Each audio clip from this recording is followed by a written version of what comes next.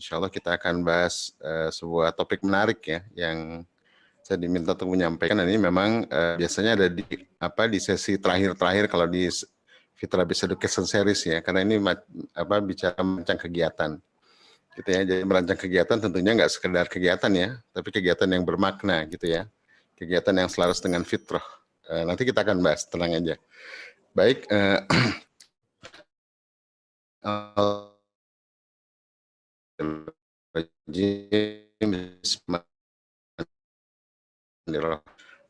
Alhamdulillah, aku wa asyhadu anna Muhammadan abduhu wa rasuluh, balagha risalah wa adal amanah wa nasahal ummah wa jahada fillahi haqqan jihadih. Allahumma sholli wa sallim ala sayyidina Muhammadin wa ala alihi wa sahbihi wa wala.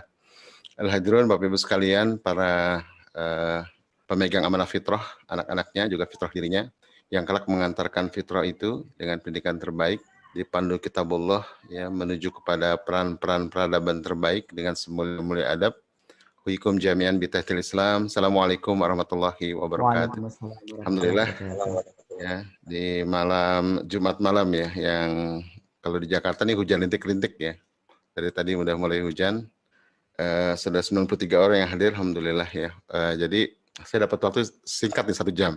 Biasanya kalau merancang kegiatan itu sekitar 2 jam lebih ya. Tapi coba apa yang bisa kita sampaikan dalam waktu 1 jam. Jadi saya agak cepat bicara ya, nggak apa-apa ya.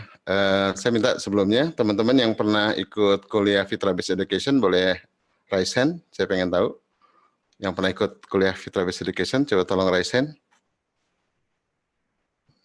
Oh, nggak ada yang pernah ikut ya? Belum pernah, Ustadz. Oh, belum pernah semua ya? Saya belum pernah. Oke. Nah, soalnya terkait dengan fondasi konsep kan, gitu. Karena kita nanti akan, ini sudah pernah nih, dari Uji, PN, Masih Hatun. Siapa lagi yang udah pernah ikut Fitra Based Education? Boleh angkat tangan? Oh, berarti belum semua nih. Atau saya balik pertanyaannya, yang belum pernah angkat tangan? Yang belum pernah ikut kuliah Fitra Based Education, baik seminar, workshop, boleh angkat tangan? Oke. Oh, banyak yang belum ya? Oke. Bisa diadakan, Ustaz. Oke, alhamdulillah. Ya nggak apa-apa, berarti saya agak mundur sedikit ya sebelum kita masuk ke perancangan kegiatan, atau nanti kita coba induksi-deduksi gitu ya, sekalian jalan. Oke, izinkan saya untuk share materinya. Ya, ini kalau teman-teman lihat, ini materi Fitra Based Education Series yang kelima gitu ya. Jadi kalau disajikan ke saya, sebenarnya materi yang kelima gitu ya, setelah konsep, tahapan. Tapi tadi saya selipkan beberapa materi awal, biar teman-teman bisa lebih make sure gitu ya, betapa pentingnya konsep fitrah ini dalam pendidikan. Ya, karena biasanya kita kenapa kita hari ini tidak paham tentang konsep fitrah ya, karena memang Allah sendiri yang mengatakan di surat Ar-Rum, walakin aktsarun nasi la ya'lamun. Kebanyakan manusia tidak paham tentang konsep ini gitu ya, karena memang ini perlu ditegaskan kembali gitu ya. Nah, ini saya izin share ya. Nah, jadi designing activities based on fitrah. Jadi teman-teman yang biasa jalan-jalan gitu ya, biasa school from home atau berkegiatan bersama anak-anak, sebenarnya itu kegiatan yang nggak sekedar kegiatan ya, harus kegiatan yang bermakna, dan sebaiknya 8 fitrah, ini ada 8 fitrah nanti yang harus kita rencanakan. Ya, jangan sampai nanti timpang. Kalau timpang nanti jadi bermasalah tuh ya. Nah, sebelum masuk ke sana saya ingin sampaikan dulu bahwa nah ini ada 3 aliran psikologi besar ya, yang ini kemudian membuat pendidikan kita jadi agak kacau ya. Pertama dari Freud ini abad ke-18, orang Yahudi ya. Kita mungkin ada yang pernah tahu, pernah kuliah psikologi. Jadi ini aliran besar psikologi yang banyak berpengaruh pada sistem pendidikan. Jadi sistem pendidikan yang ada sekarang kan berangkat dari cara filosofis kan, filsafat, dari cara berpikir. Dari cara berpikir itu, dari filsafat itu lahir filsafat pendidikan. Lalu kemudian masuk menjadi psikologi, ke sistem pendidikan dan seterusnya. Jadi Freud ini berangkat dari bahwa manusia itu digerakkan motifnya oleh libido ya, karena dorongan seksual. Ya, jadi orang belajar, bekerja semua kan dorongan seksual gitu ya. Jadi berangkat dari insting. Ya, mereka jadi nyebutnya ada etos, ada thanatos gitu ya. Nah, ini kacau nih gitu ya. Ini kalau masuk ke pendidikan nanti jadi seolah-olah semua orang digerakkan oleh seksual gitu ya. Ketika dia bekerja, ketika belajar, semua kan dorongan seksual. Ini aneh nih si Freud gitu. Dari Freud kemudian muncul antitesa. Oke, ini Freud kacau nih gitu ya. Bahkan orang membunuh bisa nggak jadi dihukum karena dianggap itu itu dorongan dari alam nggak jelas gitu ya, itu Freud itu. Akhirnya kemudian muncul radikal behavior, ya, aliran psikologi berikutnya. Nah ini banyak, ini yang cukup panjang ya, dari abad 18 termasuk masuk ke sistem pendidikan Indonesia, ya, dalam bentuk penyeragaman nih. Jadi behavior ini kan, kalau Freud itu dari sesuatu yang nggak jelas, seks, ya, alam gelap gitu ya. Kalau ini berasal, udah lupakan Freud dengan alam gelapnya, manusia digerakkan oleh behavior, ya, oleh perilaku. Jadi manusia itu lahir seperti kertas kosong. Salah satu tokohnya John Locke ya. John Locke itu mengatakan manusia lahir seperti kertas kosong. Nah ini banyak kan ini pemikiran Muslim nih hari ini ya. Jadi fitrah itu suci, suci itu kosong, kosong itu ya tabula rasa gitu ya. Bisa dicoret-coret, diisi macam-macam gitu ya. Karena salah paham tentang konsep manusia, salah semua ya dalam tindakan. Ya termasuknya teman-teman yang pernah kuliah di jurusan sosiologi atau apa, pernah dengar mungkin ya Ivan Pavlov ini, atau di kuliah ilmu sosial dasar itu biasanya ada tuh. Jadi manusia seperti anjing katanya, kalau ada neng datang kasih daging, neng datang kasih daging, neng datang nggak dikasih daging, air liurnya keluar gitu ya. Jadi manusia seperti hewan katanya, yang digerakkan oleh motif yang sifatnya bisa diatur. Ya, bahkan Watson bilang, berikan saya 20 orang, saya akan cetak sesuai kemauan saya. Nah ini muncullah dari sistem pendidikan kan, jadi penyeragaman ya, anak-anak diseragami gitu. Itu berlangsung panjang tuh dari tahun 1800 sampai mungkin akhir ini ya, pada dekade akhir. Nah dari sini kemudian muncul kekecewaan ya, manusia itu kan bukan hewan gitu ya. Jadi konsep yang paling dikenal di behavior itu yang sering kita dengar ya, yaitu apa, reward punishment, ya, drilling, pembiasaan, itu bukan dari Islam tuh, itu berangkat dari radikal behavior. Ya, bahkan ilmu psikologi modern ya, psikologi itu berangkat kan dari kata psike ya, psike itu jiwa, tapi jiwanya dicoret. Kenapa? Karena kan sekuler kan, ini kan sekularisasi nih. Karena sekuler memisahkan jiwa dari kehidupan, kemudian ilmu psikologi berubah jadi ilmu behavior, ya, bagaimana merubah perilaku orang, ya, dengan cara-cara yang tadi ya, pembiasaan, reward and punishment, bahkan masuk ke kognitif jadi framing gitu ya, dan seterusnya. Nah ini juga bukan dari konsep Islam. Nah ini yang kemudian mungkin kita rasakan ya, zaman-zaman kita sekolah itu ya, anak-anak diseragamin, pokoknya cuma ada 2 golongan, si pinter dan si bodoh gitu ya, dan seterusnya. Ya jadi bukan maunya Allah ya, tapi maunya negara atau maunya sistem gitu ya, ketika mencetak anak-anak. Kemudian muncul aliran berikutnya, humanistik psikoanalisis ya, bahwa lupakan radikal itu, nggak benar tuh ya. Antitesa berikutnya, manusia itu bukan hewan kok, manusia itu bisa memilih kok, manusia itu unik kok ya. Maka lahirlah multiple intelligence ya, pemetaan bakat, dari sini awalnya gitu ya. Jadi ini kelihatannya keren memang ya, ini belakangan ini sekitar 10-20 tahun terakhir ini humanistik psikoanalisis atau muncul jadi positif psikologi itu menarik gitu ya, karena sebagai antitesa dari model sekolah yang lama di mana anak diseragamin gitu ya. Anak-anak nggak bisa seragam loh, anak-anak unik. Oke, ini menariknya di situ. Tapi keburukannya apa? Humanistik psikologis ini dia menolak Tuhan gitu ya. Lagi-lagi kan semuanya berangkat dari sekularisme ya, atau sekularisasi. Jadi akhirnya yang terjadi apa? Muncullah generasi anak-anak kita sekarang hebat dalam karir, hebat dalam bisnis, hebat dalam akademis, tapi jiwanya kering. Sepakat nggak? Ya, jiwanya kering ya. Karena bahkan agama dipisah gitu ya. Bisa seseorang itu misalnya hafal Quran, kemudian hebat, tapi punya giroh, ya, nggak punya semangat gitu. Bisa terjadi. Kenapa? Karena agama cuma dipisahkan ya. Agama cuma jadi wilayah hafalan semata misalnya, tapi tidak mempengaruhi seluruh kejiwaannya gitu. Banyak anak-anak muda lebih penting bakatnya, cuma dijadikan sebagai etalase gitu ya, tidak terintegrasi dalam kejiwaannya, dalam ruhnya. Maka terjadi sekarang kita krisis leader kan, ya, krisis orang yang ingin melakukan perubahan. Semua orang ingin mencari kesenangan buat dirinya, ya, mencari karir yang hebat. Kita kadang-kadang mendidik anak juga begitu kan, sekolah yang tinggi anak, ya, biar kerja di tempat basah gitu ya, nanti kamu bisa hidup mewah, gitu ya, pastinya itu.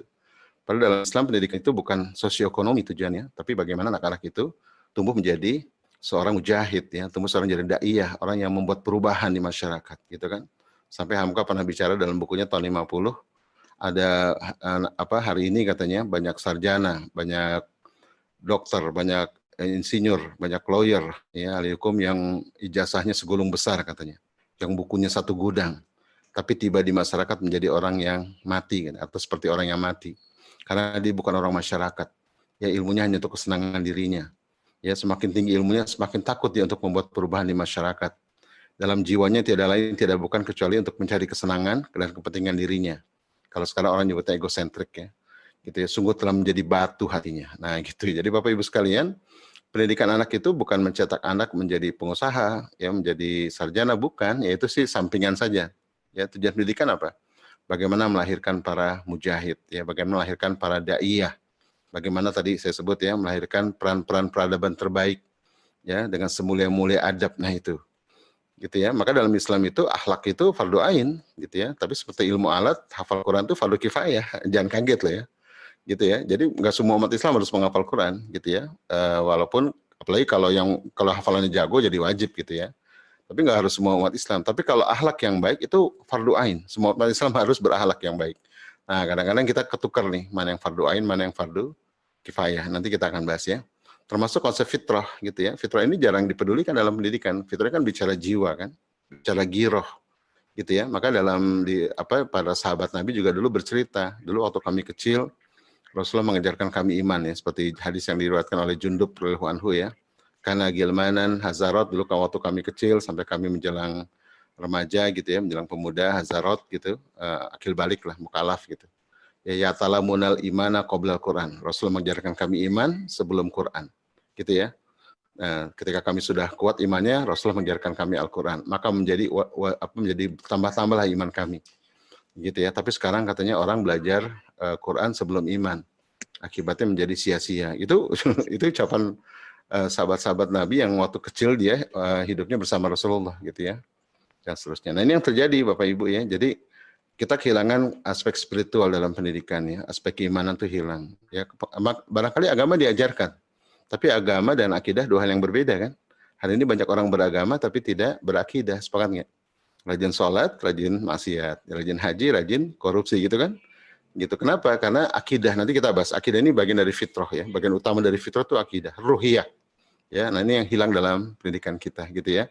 Kita lebih beriman pada apa yang nampak ya, berupa prestasi gitu ya, berupa angka-angka, berupa piala-piala, berupa anak, ya, berupa menjenguk jiwa anak, mana girohnya. Dan hari ini terjadi ya Bapak Ibu, kita keris ya kan. Nah ini salah satu tokohnya lagi di humanistik psikologi adalah Maslow ya, seperti kita kenal ya.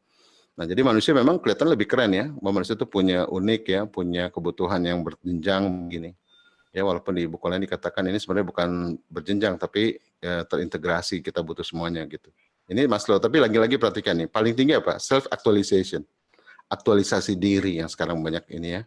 Anak-anak sekarang teraktual banget gitu ya, bakatnya, belajarnya teraktual. Kecuali memang yang nggak teraktual ya. Tapi ada satu hal yang dilupakan ya, itu apa?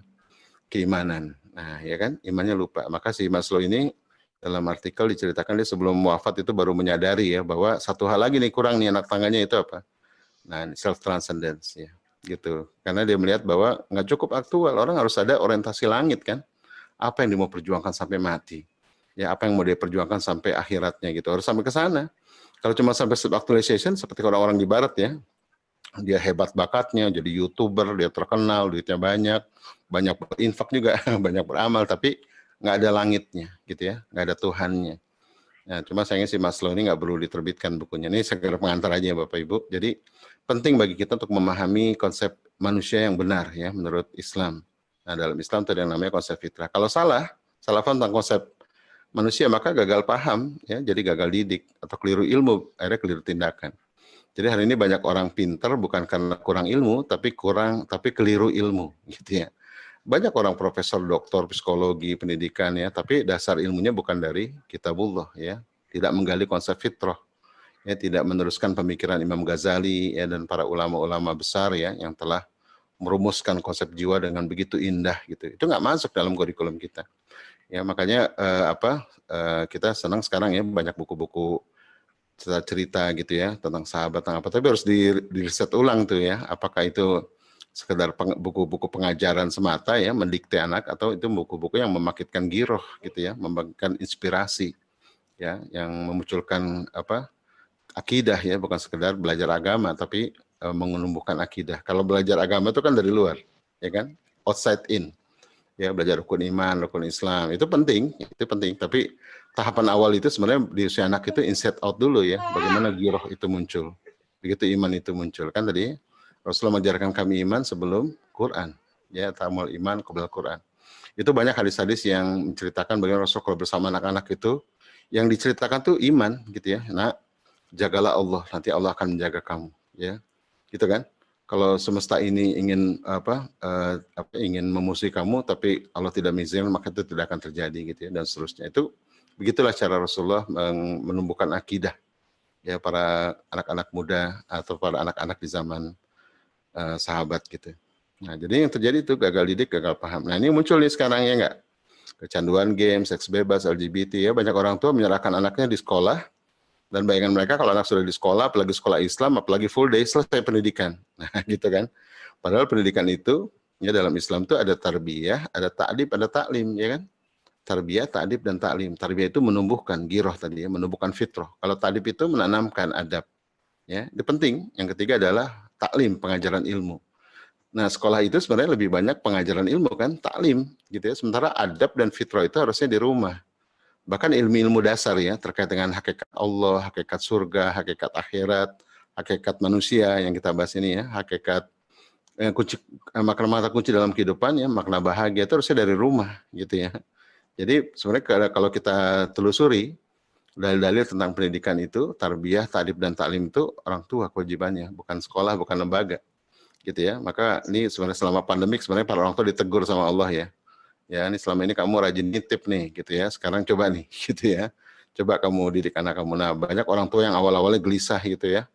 Nggak nyaman bersama anak. Kan aneh orang tua nggak nyaman bersama anak tuh gimana ceritanya. Gitu ya. Ini Allah tegur dengan adanya pandemik gitu ya. Dan sekarang katanya sih banyak orang tua yang merasa nyaman karena udah terbiasa dengan anak di rumah gitu ya. Nah, mudah-mudahan bisa berlanjut nih.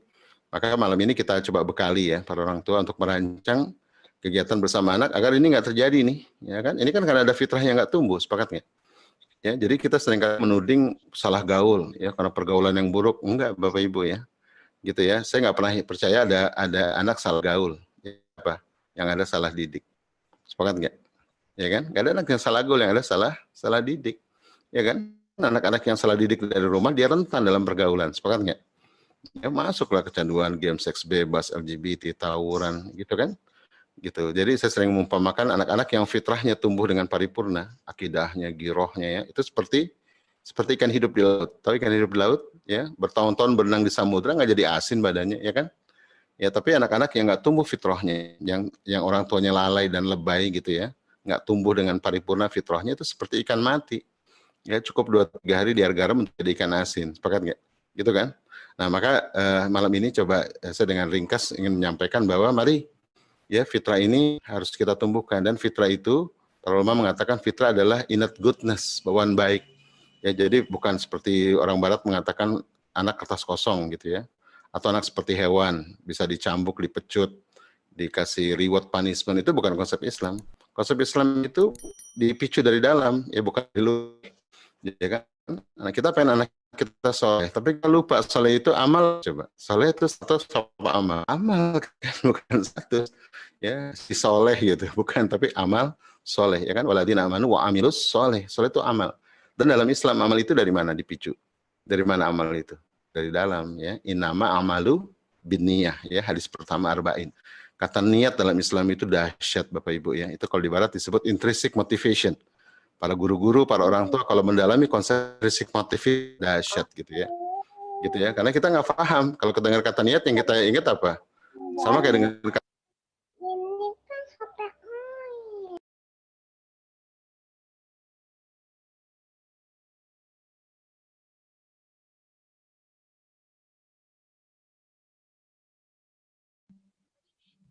Ustadz, suaranya tidak keluar. Oh, nggak keluar suaranya? Iya, baru saja. Sudah keluar. Sekarang sudah. Oh, kurang maju kali duduknya. Saya pakai ini sound system. Oke ya, jadi harus keluar dari dalam ya, inside out gitu. Ya kan, inama amalu binniyah. Jadi kalau kita lihat buku-buku klasik Islam itu bab 1 pasti bab niat. Sepakat nggak? Ya, Mauridus Salihin, tafsir, ya, fikih sunnah, pasti bab 1 bab niat. Kenapa? Karena begitu pentingnya hazanah niat. ya dalam pendidikan. Maka nanti merancang kegiatan Bapak Ibu ingat 3R ya, dalam merancang kegiatan bersama anak selama liburan ingat 3R. Ya, pertama adalah apa? Relevan. Harus relevan dengan usianya, dengan minatnya, dengan tahapan usia gitu ya, itu dan keunikan anak terus relevan. Ada seorang ibu bilang, "Ustadz, anak saya nggak suka belajar ya." Gitu ya. Katanya belajar fitrah, tapi anak saya nggak suka belajar tuh katanya. Ya, saya tanya usia ibu berapa? 2,5 tahun. Belajar calistung. Ya iyalah. Ya 2,5 tahun bukan calistung ya. 2,5 tahun tuh guling-guling di tanah, mandi hujan gitu ya. Ya diperdengarkan kisah-kisah tuh anak-anak di bawah 7 tahun tuh kisah yang banyak kan. Tadi buku-buku tuh penting. Bukan sekedar dibaca, tapi dikisahkan dengan antusias ya, dengan ekspresif. Karena di bawah 7 tahun itu bukan pusat kepintaran, tapi pusat perasaan. Ya, Bu Eli Risman ya, seorang tokoh psikolog itu mengatakan di bawah 7 tahun bukan pusat kepintaran. Jadi Bapak Ibu jangan coba-coba membuat anak pintar di bawah 7 tahun, tapi buat dia penuh perasaan, penuh imajinasi. Ya, psikolog lain mengatakan di bawah 7 tahun itu puncaknya imajinasi dan abstraksi. Bukan pusatnya kognisi, imajinasi dan abstraksi gitu ya. Dan kalau dari konsep fitrah, golden age sebagai di bawah 7 tahun tuh, itu golden age bukan kognitif ya, bukan dijalin calistung macam-macam, itu golden age sebagai fitrah iman. Nah, jadi Bapak Ibu, kalau ingin menumbuhkan fitrah iman anak, masa emasnya di bawah 7 tahun. Kalau ingin menghebatkan belajar anak, masa emasnya ada 7-10. Kalau ingin mengembangkan bakat anak, 11-15. Jadi masing-masing usia itu golden age ya. Ya, maka saya nggak percaya ada golden age 5 tahun pertama, saya nggak percaya. Ya, karena nggak ada dalilnya, nggak ada hadisnya. Ya, dan risetnya pun ternyata salah. Ya, riset-riset di barat tentang golden age itu salah. Gitu ya, ternyata katanya kalau nggak diisi macam-macam nanti sinapsis tidak terbentuk, lalu jadi meluruh, jadi bodoh selamanya. Enggak, Bapak Ibu. Sinapsis tumbuh lagi usia 7, tumbuh lagi usia 10, dan seterusnya. Jadi, dalam konsep Islam itu setiap masa itu golden age. Tergantung fitrah yang mana, yang jadi emphasize, yang jadi penekanan gitu. Nanti kita bahas tuh, saya juga riset panjang tentang itu ya. Jadi kita nih banyak menelan konsep-konsep barat, tapi kita sendiri tidak menggali langsung gitu ya. Nggak pernah ada hadis tentang 5 tahun pertama masa emas, nggak ada ceritanya. Semua masa tuh emas, bahkan usia 40 tahun emas dalam Islam. Ya, karena usia 40 itu usia untuk menemukan panggilan hidup bagi orang dewasa tuh. Ya, jadi Bapak Ibu yang sekarang menjelang 40, belum ketemu panggilan hidupnya, belum ketemu misi perjuangan untuk menyeru agama Allah di satu bidang, pasti galau. Sepakat nggak? Pasti galau gitu ya, gelisah gitu. Sampai kapan gitu ya? Cuma cari makan doang, cari kesenangan doang, atau rutinitas yang tidak bermakna ya kan? Karena hidup itu harus bermakna gitu. Jadi tiap tahap itu dalam Islam sudah Allah berikan kunci-kuncinya gitu ya, dan para ulama sudah membreakdown ya 0 sampai 15 itu disebut masa aulad, 15 sampai 40 masa syabab, masa aulad, 15 sampai 40 masa syabab ya, 40 sampai 60 masa kuhul, 60 sampai ke atas disebut masa suyuh. Dan tiap masa ini ada penekanannya gitu ya, berbeda-beda. Bahkan masa anak dibagi lagi tuh, ada sinu tamyiz, ada sinu murahakoh gitu ya, ada sinu taklif, itu beda-beda tuh. Dan itu sudah di breakdown, itu dari Al-Quran dan dari hadis gitu ya. Gitu. Jadi Bapak Ibu, Islam sebenarnya sudah lengkap ya, kita aja yang tidak menggali dengan dalam. Nah, ini ada 8 fitrah yang saya gali dari kitab Imam Ghazali, Mizanul Amal ya. Jadi saya seorang engineer ya, bukan seorang pakar pendidikan, sebenarnya seorang engineer, dan seorang engineer itu penting mengklaster. Ini ngomongin apa sih? Ngomongin fitrah. Fitrah itu ada apa sih gitu kan, biar kita nggak salah gitu. Nah, sekali dari banyak kitab gitu, termasuk yang paling komprehensif adalah Imam Ghazali, dan Imam Ghazali di bukunya Mizanul Amal dan Kimia Kebahagiaan itu ada 8 fitrah yang saya berhasil gali. Ada fitrah iman, fitrah belajar, fitrah bakat, fitrah keindahan ya, fitrah individualitas, fitrah jasmani, fitrah perkembangan, fitrah seksualitas. Nah, ini semua harus tumbuh bersama nih. Ya, biasa orang tua itu kalau bersama anak yang dipikirin belajar. Sepakat nggak? Bagaimana anak pinter gitu ya. Atau keimanan tapi dalam perspektif ngajarin agama ya, bukan bangkitkan giroh ya kan? Beda kan? Beda nggak? Bangkitkan giroh dengan ajarin agama. Itu dua hal yang berbeda gitu ya. Ngajarin agama penting, tapi di bawah 7 tahun, bahkan di bawah 10, mahabbah dulu ya. 0 sampai 6 tuh mahabbah, 7-10 ya. Maka nanti 7-10 tuh banyak kebolang. Nanti kita akan bahas ini. Jadi ini harus tumbuh. Kalau nggak tumbuh nih yang terjadi ini Bapak Ibu ya. Iman misalnya, mengajarin agama tapi tidak menumbuhkan iman, yang terjadi apa? Bisa jadi anak-anak kita sholat tapi robotik, mekanistik. Banyak kan? Karena takut sama orang tua. Karena dulu modelnya reward and punishment. Kalau sholat dikasih hadiah, nggak sholat dicambuk misalnya. Akhirnya anak-anak orientasinya apa? Hadiah atau orientasinya takut, gitu ya, nggak permanen tadi kan. Maka tadi kalau membuat kegiatan anak, kegiatan 3R ya. Pertama relevan, yang kedua relation, ada ikatan cinta yang kuat ya. Yang ketiga adalah reason, ada alasan. Nanti kita akan bahas perlahan ya. Jadi kita penting memahami relevan ya. Pertama vita, yang kedua relation, ada ikatan cinta yang kuat. Maka sahabat Nabi kepada Rasulullah kayak apa? Karena ada cinta yang kuat gitu ya. Makanya di pondok-pondok pesantren itu biasanya kiai-kiai itu dicintai betul sama santrinya kan, karena sehari-hari hadir gitu ya. Dan para santri itu patuh pada kiai karena kecintaannya, bukan karena takutnya. Dan hari ini kita saksikan banyak pondok pesantren nggak ada kiainya kan, boarding school bukan pondoknya. Banyak boarding school nggak ada kiainya gitu ya, yang ada si kiai di spanduk biasanya. Ini jadi masalah kan. Banyak orang menitipkan anak di boarding school, tapi ternyata prinsip-prinsip pesantren yang baik dan benar itu nggak diterapkan gitu. Akhirnya nanti banyak kasusnya. Oke ya, nih seperti ini. Jadi ini kalau nggak tumbuh, misalnya bakat nggak tumbuh nih, jadi depresi, galau ya, kecanduan, narkoba dan seterusnya. Estetika nggak tumbuh ya, jadi tuturnya buruk ya, tidak sensitif.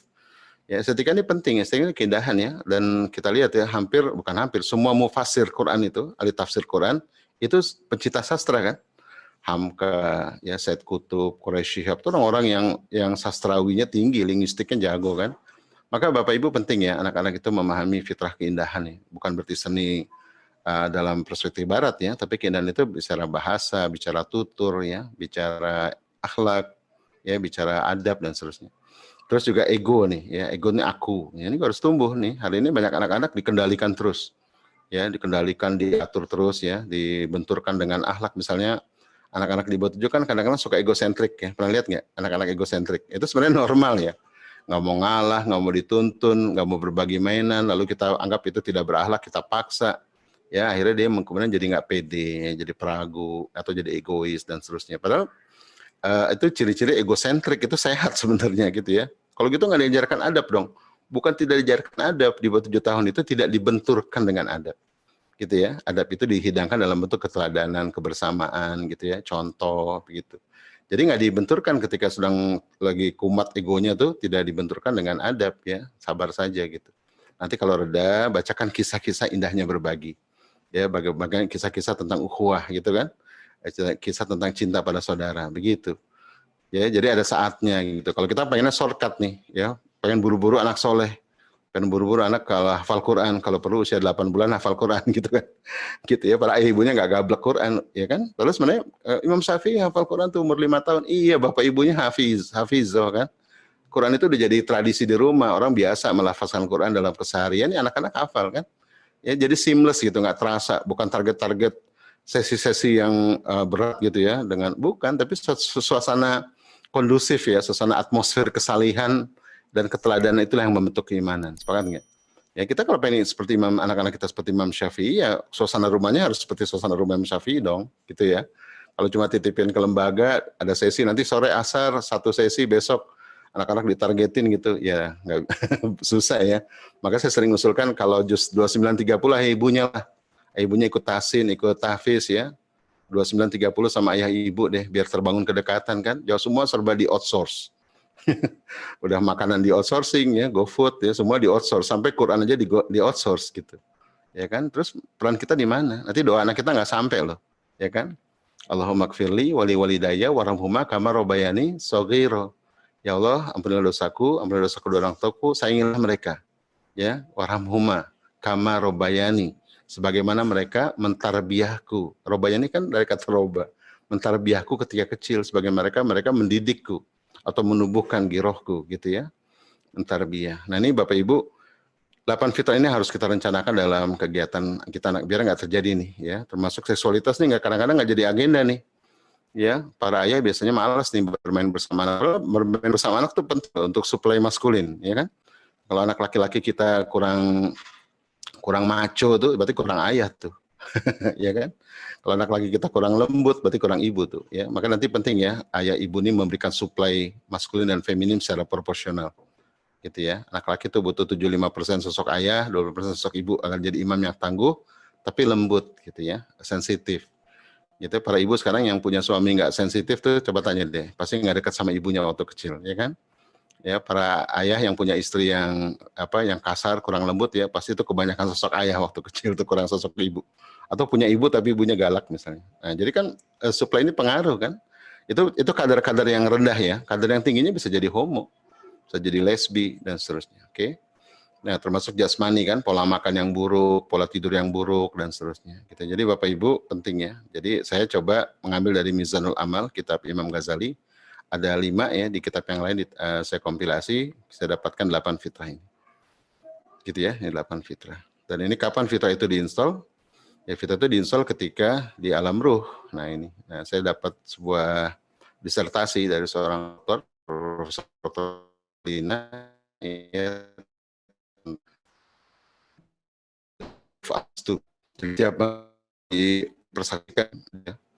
Tubirabikum kolu balas syahidna. Dan para ulama mengatakan pada the day of Falastu itulah kita diinstal 3 hal. Dikenalkan Allah, diinstal fitrah gitu ya. Kemudian diberikan basic knowledge ya, tentang Tuhan, tentang akhir itu diberikan. Kejujuran, maka anak-anak begitu lahir kan dia jujur ya, dia suka kebaikan, dia suka keindahan, itu kan fitrah gitu ya, yang siap untuk menerima ilmu.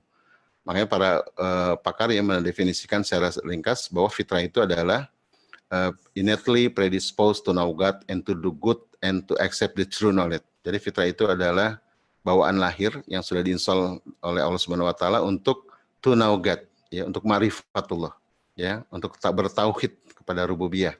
Yang kedua, fitrah itu adalah to do good ya, untuk melakukan akhlak yang baik. Yang ketiga adalah to accept the true knowledge. Jadi akal kita tuh rindu untuk mendapatkan ilmu yang benar, gitu ya. Kalau ilmunya salah, dia gelisah dia. Gitu kan, termasuk tadi ya tentang konsep fitrah gitu ya, konsep dan seterusnya. Nah, saya cepetin aja nih Bapak Ibu. Nah, ini makanya para ulama ya, ada yang mengatakan ini Syekh Ali Hasan Al-Halabi, Syekh Ibnu Albani itu dalam punya Madkhal Tarbiyah mengatakan dengan indah ya, murabi sejati itu Allah katanya ya. Allah lah murabi sejati karena Allah Al-Khaliq, sang pencipta fitrah yang menganugerahkan berbagai macam bakat manusia, termasuk fitrah juga ya. Allah pula yang telah menyediakan jalan bagi fitrah itu untuk tumbuh, berkembang, dan bekerja sesuai dengan tahapannya. Tadi saya bilang ya. Jadi Allah bukan hanya menciptakan fitrah gitu ya pada diri manusia, tapi juga apa? Menyediakan tahapan.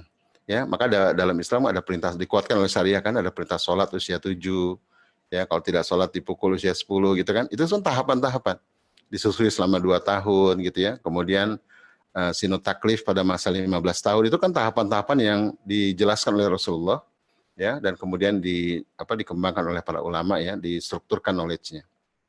Nah, ini gitu ya. Dan makanya juga Allah tetapkan syariah untuk memandu tadi ya, untuk menguatkan fitrah itu. Kita lihat ya, nah kita antara 6 sama 7 beda nggak? Beda kan?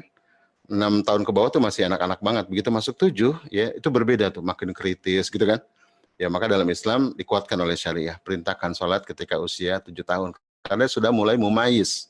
Jadi syariah dan fitrah itu dia kompatibel. Ya, apa yang ada dalam fitrah cocok dengan syariah atau Islam. Apa yang ada dalam Islam itu pasti cocok dengan fitrah ya, dan saling menguatkan. Gitu ya. Jadi Allah juga menyediakan syariat untuk memandu fitrah itu agar semakin sempurna, bagus dan bahagia. Dan gitu ya. Maka aktivitas seorang murabi pendidik adalah just follow the fitrah. Ikut aja fitrah itu ya, pandulah dengan kitabullah gitu ya, sesuai dengan tahapan-tahapannya, maka akan tumbuh paripurna. Tujuannya adalah insan kamil, manusia yang paripurna ya, dalam 8 aspek fitrah. Gitu ya, dalam dimensi daiyah ya, orang yang menyuruh kebenaran, dalam dimensi profesional, dalam dimensi keluarga, dalam dimensi sosial. Jadi 8 fitrah tadi gitu ya. Nah, itu tujuan pendidikan. Oke Bapak Ibu, saya cepetin aja ya. Saya langsung masuk ke tahapan, dan fitrah itu ada tahapannya nih ya. Jadi seperti kita nanam pohon, nggak boleh sembarangan ya. Jadi lihat gambarannya nih, ada tahapan-tahapan harus kita tempuh, dan itu harus berbeda satu sama lain ya. Nggak boleh kecepatan, nggak boleh kelambatan. Ya, kalau kecepatan namanya lebay, kalau kelambatan namanya lalai, gitu ya. Nah, biasanya kalau yang lebay itu ibunya, kalau yang lalai itu bapaknya, ya kan? Ibu kan lebay, pencemas, anak-anak digegas. Kalau ayah tuh cuek, ya kan? Biasanya kalau ibunya lebay, bapaknya lalai, anaknya apa? Alay, gitu ya, itu yang terjadi. Oke, saya cepetin aja ya. Nah, ini tahapan-tahapan, nanti saya nggak sempat jelaskan ini, tapi dalam praktek aja nanti ya.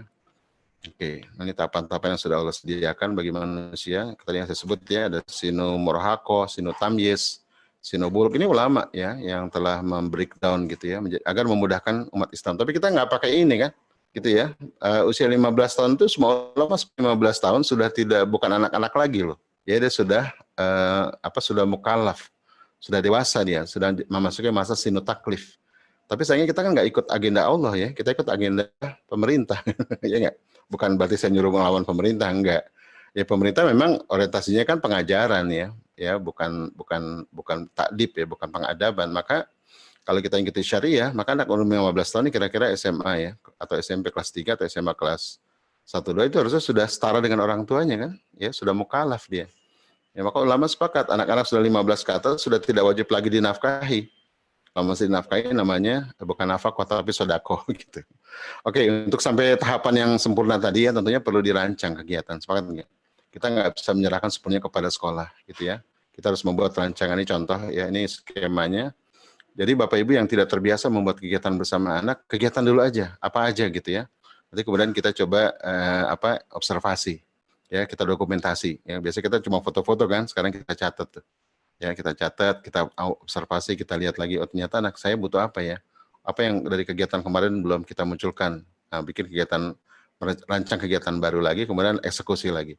Terus begitu, ya, makin lama makin terpanggil fitrah kita, ya, semakin tajam fitrah ayah bunda kita. Maka orang tua zaman dulu kan nggak perlu ikut parenting, sepakat nggak? Kakek nenek kita dulu ya nggak perlu ikut parenting, nggak pernah ikut, nggak tahu kuliah FBE gitu ya, tapi kenapa jadi begitu hebat didik anak ya, begitu lahir pemuda-pemuda hebat ya di zaman pergerakan maupun kemerdekaan kan, ya bahkan Sumpah Pemuda itu isinya anak-anak belasan tahun, kebayang nggak? Sumpah Pemuda dari mana mereka lahir ya? Ya bukan dari kampus-kampus hebat kan, mereka lahir dari manasah, madrasah, dari surau, ya, pesantren, rumah-rumah, ya kan? Akhlak itu jadi yang utama, sepertinya kitabullah menjadi yang utama. Dihafal, tapi makna-makna kunci itu meresap. Ya, makna tentang Tuhan, tentang din, tentang ibadah itu meresap dalam jiwa anak. Maka kebayang nggak tahun 1928 anak-anak belum genap usia 20 tahun bisa merilis sebuah Sumpah Pemuda yang visioner kan? Itu kenapa? Karena memang mereka produk dari surau. Kalau di Sumatera ada surau merantau. Kalau di Aceh ada menasah medagang. Kalau di Jawa ada pesantren, ya kan? Tapi beda nih pesantren zaman dulu dengan boarding school hari ini berbeda jauh ya. Begitu kan. Ya, dulu pondok pesantren tamat dari pondok, orang bisa bikin pondok lagi kan. Jadi mujahid ya. Sekarang orang tamat dari pondok bingung mau ngapain kan gitu ya. Karena tidak ditempa seperti seharusnya ditempa. Nah, maka Bapak Ibu penting ya kita untuk turun tangan gitu ya. Jangan menyerahkan sepenuhnya karena memang sekarang kita ada di zaman yang terpisah ya antara realita dengan Tuhan begitu. Maka kita harus menyadari bahwa fitrah itu penting. Ya, jadi unsur pendidikan itu 3 hal ya. Pertama, orientasi hanya kepada Allah, yang ada yang lain. Yang kedua adalah fitrah harus tumbuh dengan paripurna. Ketiga, panduan tadi, kitabullah ya. Itu 3 hal yang unsur stabilitas dalam pendidikan. Gitu. Yang terjadi sekarang orientasi bukan Allah kan, tapi pekerjaan, karir, sepakat nggak? Ya kan? Akhirnya jadi egosentrik, kemudian jadi hustle ya, jadi panik, hiruk-pikuk, lahirlah berbagai macam penyakit kejiwaan ya, marah-marah sama anak, gampang nyubit anak, sepakat nggak? Itu karena tadi orientasinya walaupun bilang saya ini beribadah kepada Allah, tapi dalam kesadarannya egosentrik kan, buat dirinya saja sebenarnya. Yang kedua adalah fitrah nggak tumbuh, fitrah kayahan bandul, fitrah keibuan tercukur gitu ya, istilahnya begitu. Ya kan, jadi sama anak nggak nyaman, gampang marah, mudah cemas, sepakat nggak? Ya, jadi fitrah banyak yang nggak tumbuh hari ini. Terus ego ya, kita egois ya, atau peragu.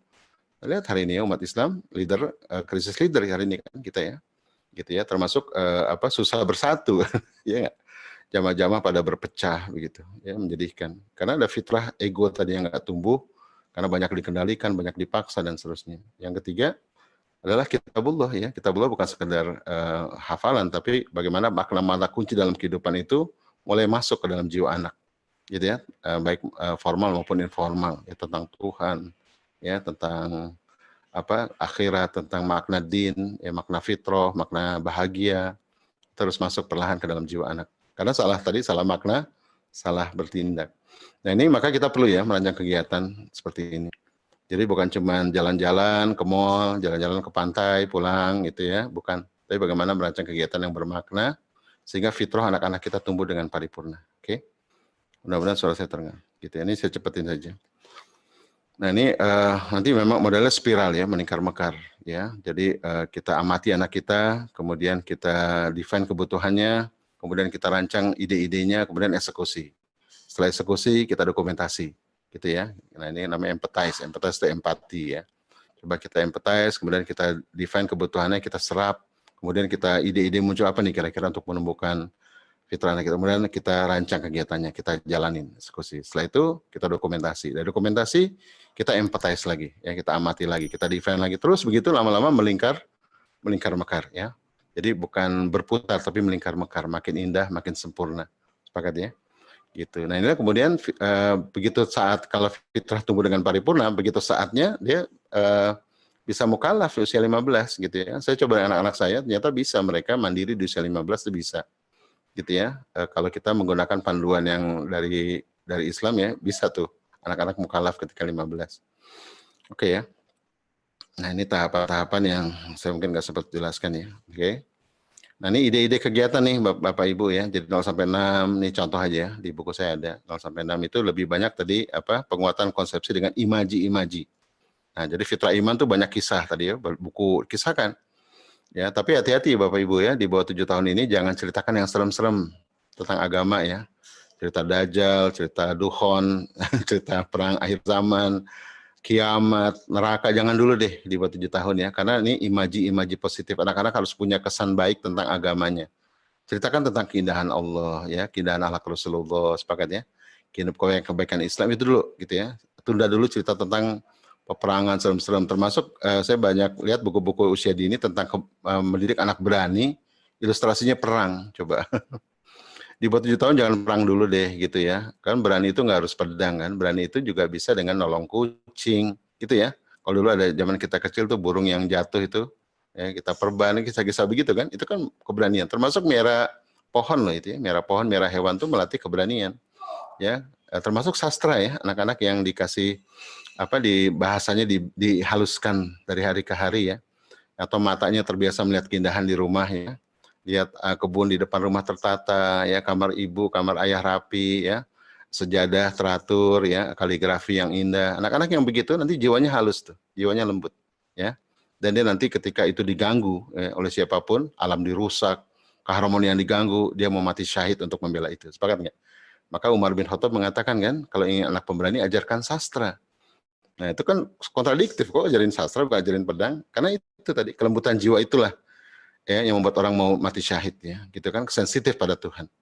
Ya kan? Maka kita lihat ya, para panglima perang Islam dulu ya, Khalid bin Walid ya, Muhammad Al-Fatih, Umar bin Khattab, itu orang-orang yang cinta sastra kan, ya kan?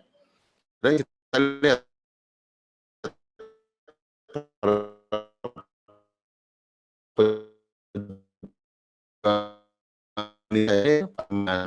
sastra, cita sastra, Hamka, ya, jadi jangan belajar sastra bukan lembekan justru ya, itu melatih ketajaman. Nah, jadi penting nih di estetika lihat nih, bahasa ibu, ini 0 sampai 6 ya, kalau 0 sampai 6 penguatan konsepsi.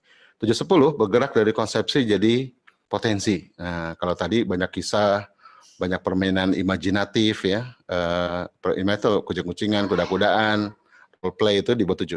Kalau 7-10 ini sudah mulai ngebolang nih Bapak Ibu ya, banyak aktivitas ya, banyak aktivitas seru gitu ya.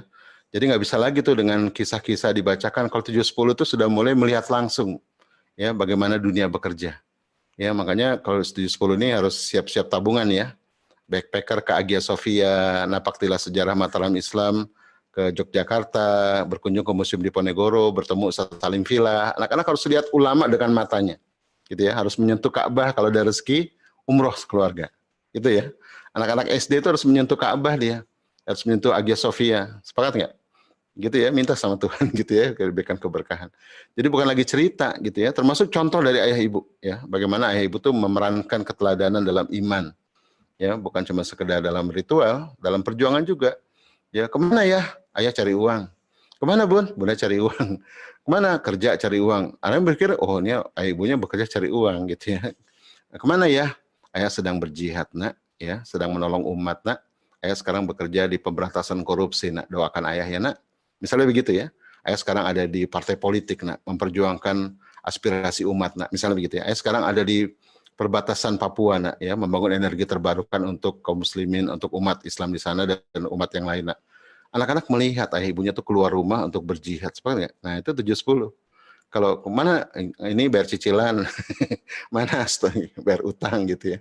Anak-anak akan melihat bahwa ayah ibunya tidak menjadi teladan dalam keimanan. Kan iman itu kan sesuatu yang bekerja gitu ya, bukan satu yang cuman cerita. Kalau 7, 10, 0 sampai 6 cerita. Maka 7, 10 ini masa yang paling parah di era pandemik ya, karena dia harus bergerak keluar. Ya, napaktilas. Quran juga harus tadabbur alam, bukan hanya menghafal ya, tadabbur alam, ya, naik gunung, ekspedisi ke ujung kulon ya, ke Karimun, begitu SD. Gitu ya. Sehingga nanti anak-anak memiliki apa? Kesadaran. Ya, kesadaran untuk patuh kepada Allah. Karena dia melihat bagaimana dunia bekerja kan. Dilihat para ulama gimana soleh ya. Maka 7, 10 itu sudah boleh di homestay. Ya, jadi Bapak Ibu kalau ingin sekali mau homestaykan anak di rumah orang soleh udah boleh 7 sampai 10. Inapkannya di rumah orang soleh. Ya, nanti berasa dia, teman Abi itu rajin sholat loh. Ya Abi juga rajin sholat gitu, tapi beda kalau orang lain ya. Teman Abi itu rajin sholat malam loh, ya tiap sebelum subuh tilawah. Ya, paling kita juga melakukan yang sama ya, tapi anak-anak kalau melihat orang lain beda rasanya gitu kan. Nah itu penting. Ya chatting bersama Ustadz. Gitu. Kalau kita punya teman Ustadz, minta tolong Ustadz, mohon waktunya ya, anak saya chatting Ustadz 10 menit aja gitu ya, kasih dia motivasi Ustadz. Oh anak-anak tuh senang ya ngobrol kalau kita punya kenalan Ustadz yang saleh, yang terkenal bahkan ya, gitu ya. Oke ya, jadi 7, 10 ini udah mulai melihat bagaimana dunia bekerja, karena anak-anak ini sudah mulai bergerak dari konsepsi kepada potensi-potensi. Gitu ya Bapak Ibu. Jadi berbeda kan? Nah, ini usia 11-15 sudah mulai masuk masa murahaqoh, ya, ini masa ditempa. Ya, mulai ini agak keras ya, bukakan rekening, bikinkan paspor ya, libatkan dalam dakwah, libatkan dalam bisnis, libatkan dalam organisasi sosial ya, kepramukaan atau LSM kalau kita ada gitu. Jadi sudah mulai ini ya, 11-15 karena 15 dia mukallaf, sepakat nggak? Maka kenapa anak-anak usia mulai 11 itu mulai ngelawan? Kenapa? Rasa nggak Bapak Ibu ya, punya anak umur 11 mulai melawan, nggak suka diatur, lalu kita bingung, panik, HP di password, kamar dikunci, kita lalu stres gitu ya. Atau dia keluar rumah nggak jelas kemana dengan teman-temannya. Itu kenapa ya? Ya karena apa? Mereka sudah menjelang dewasa, sepakat nggak? Ya kenapa mereka nggak suka diatur? Ya karena nggak ada seorang dewasa pun yang suka diatur kan? Semua orang dewasa nggak ada yang suka diatur. Bapak Ibu kalau saya atur mau nggak? Nggak mau kan? Ya, ya kan? Nggak ada yang suka diatur-atur orang dewasa itu. Nah terus kalau gitu gimana? Ya problemnya apa? Kita nggak menyiapkan dia untuk bisa diatur kan? Ya kenapa? Indikator usia 10 nggak tercapai. Apa indikator usia 10? Kata Rasulullah. Kalau tidak sholat dipukul, kamar dipisah. Maksudnya apa? Jangan sampai dipukul. Gitu ya, bangun kesadaran. Gitu, jangan sampai dipukul, bangun kesadaran usia 10. Karena sholat itu ternyata ya, setelah saya teliti, sholat itu kenapa Rasul mengatakan usia 10, kalau nggak sholat dipukul ya. Maksudnya apa? Maksudnya jangan sampai dipukul ya. Bangun kesadaran dari 7, 8, 9, 10. Bagaimana dia sholat dengan kesadaran. Bukan karena takut, bukan karena mekanistik, robotik ya. Karena rutinitas bukan, tapi karena kesadaran. Tadi maka banyak kebolang kan. Kenapa sholat itu penting? Karena sholat ini dibutuhkan untuk orang menjelang dewasa. Orang dewasa butuh apa? Pertama self-regulation. Dia harus bisa mengatur dirinya. Bahaya kalau nggak bisa ngatur dirinya. Sepakat ya? Makanya ketika usia 11 sudah nggak mau diatur-atur, belum bisa ngatur dirinya, kacau kan. Kacau. Yang kedua apa? Contemplation. Kenapa sholat itu penting? Karena kebutuhan orang dewasa itu contemplation. Kebutuhan merenung. Ya, kebutuhan untuk apa? Terkoneksi dengan Allah dalam setiap saat. Karena berbeda masanya. Sepakat ya? Dia mulai ada goncangan, ada macam-macam gitu. Dia perlu contemplation. Itu kemampuan orang dewasa. Yang ketiga apa? Kemampuan fokus. Sepakat ya? Ya, orang dewasa udah mulai fokus kan? Jangan sampai distraction ya, pindah-pindah fokus. Udah nggak bukan zamannya.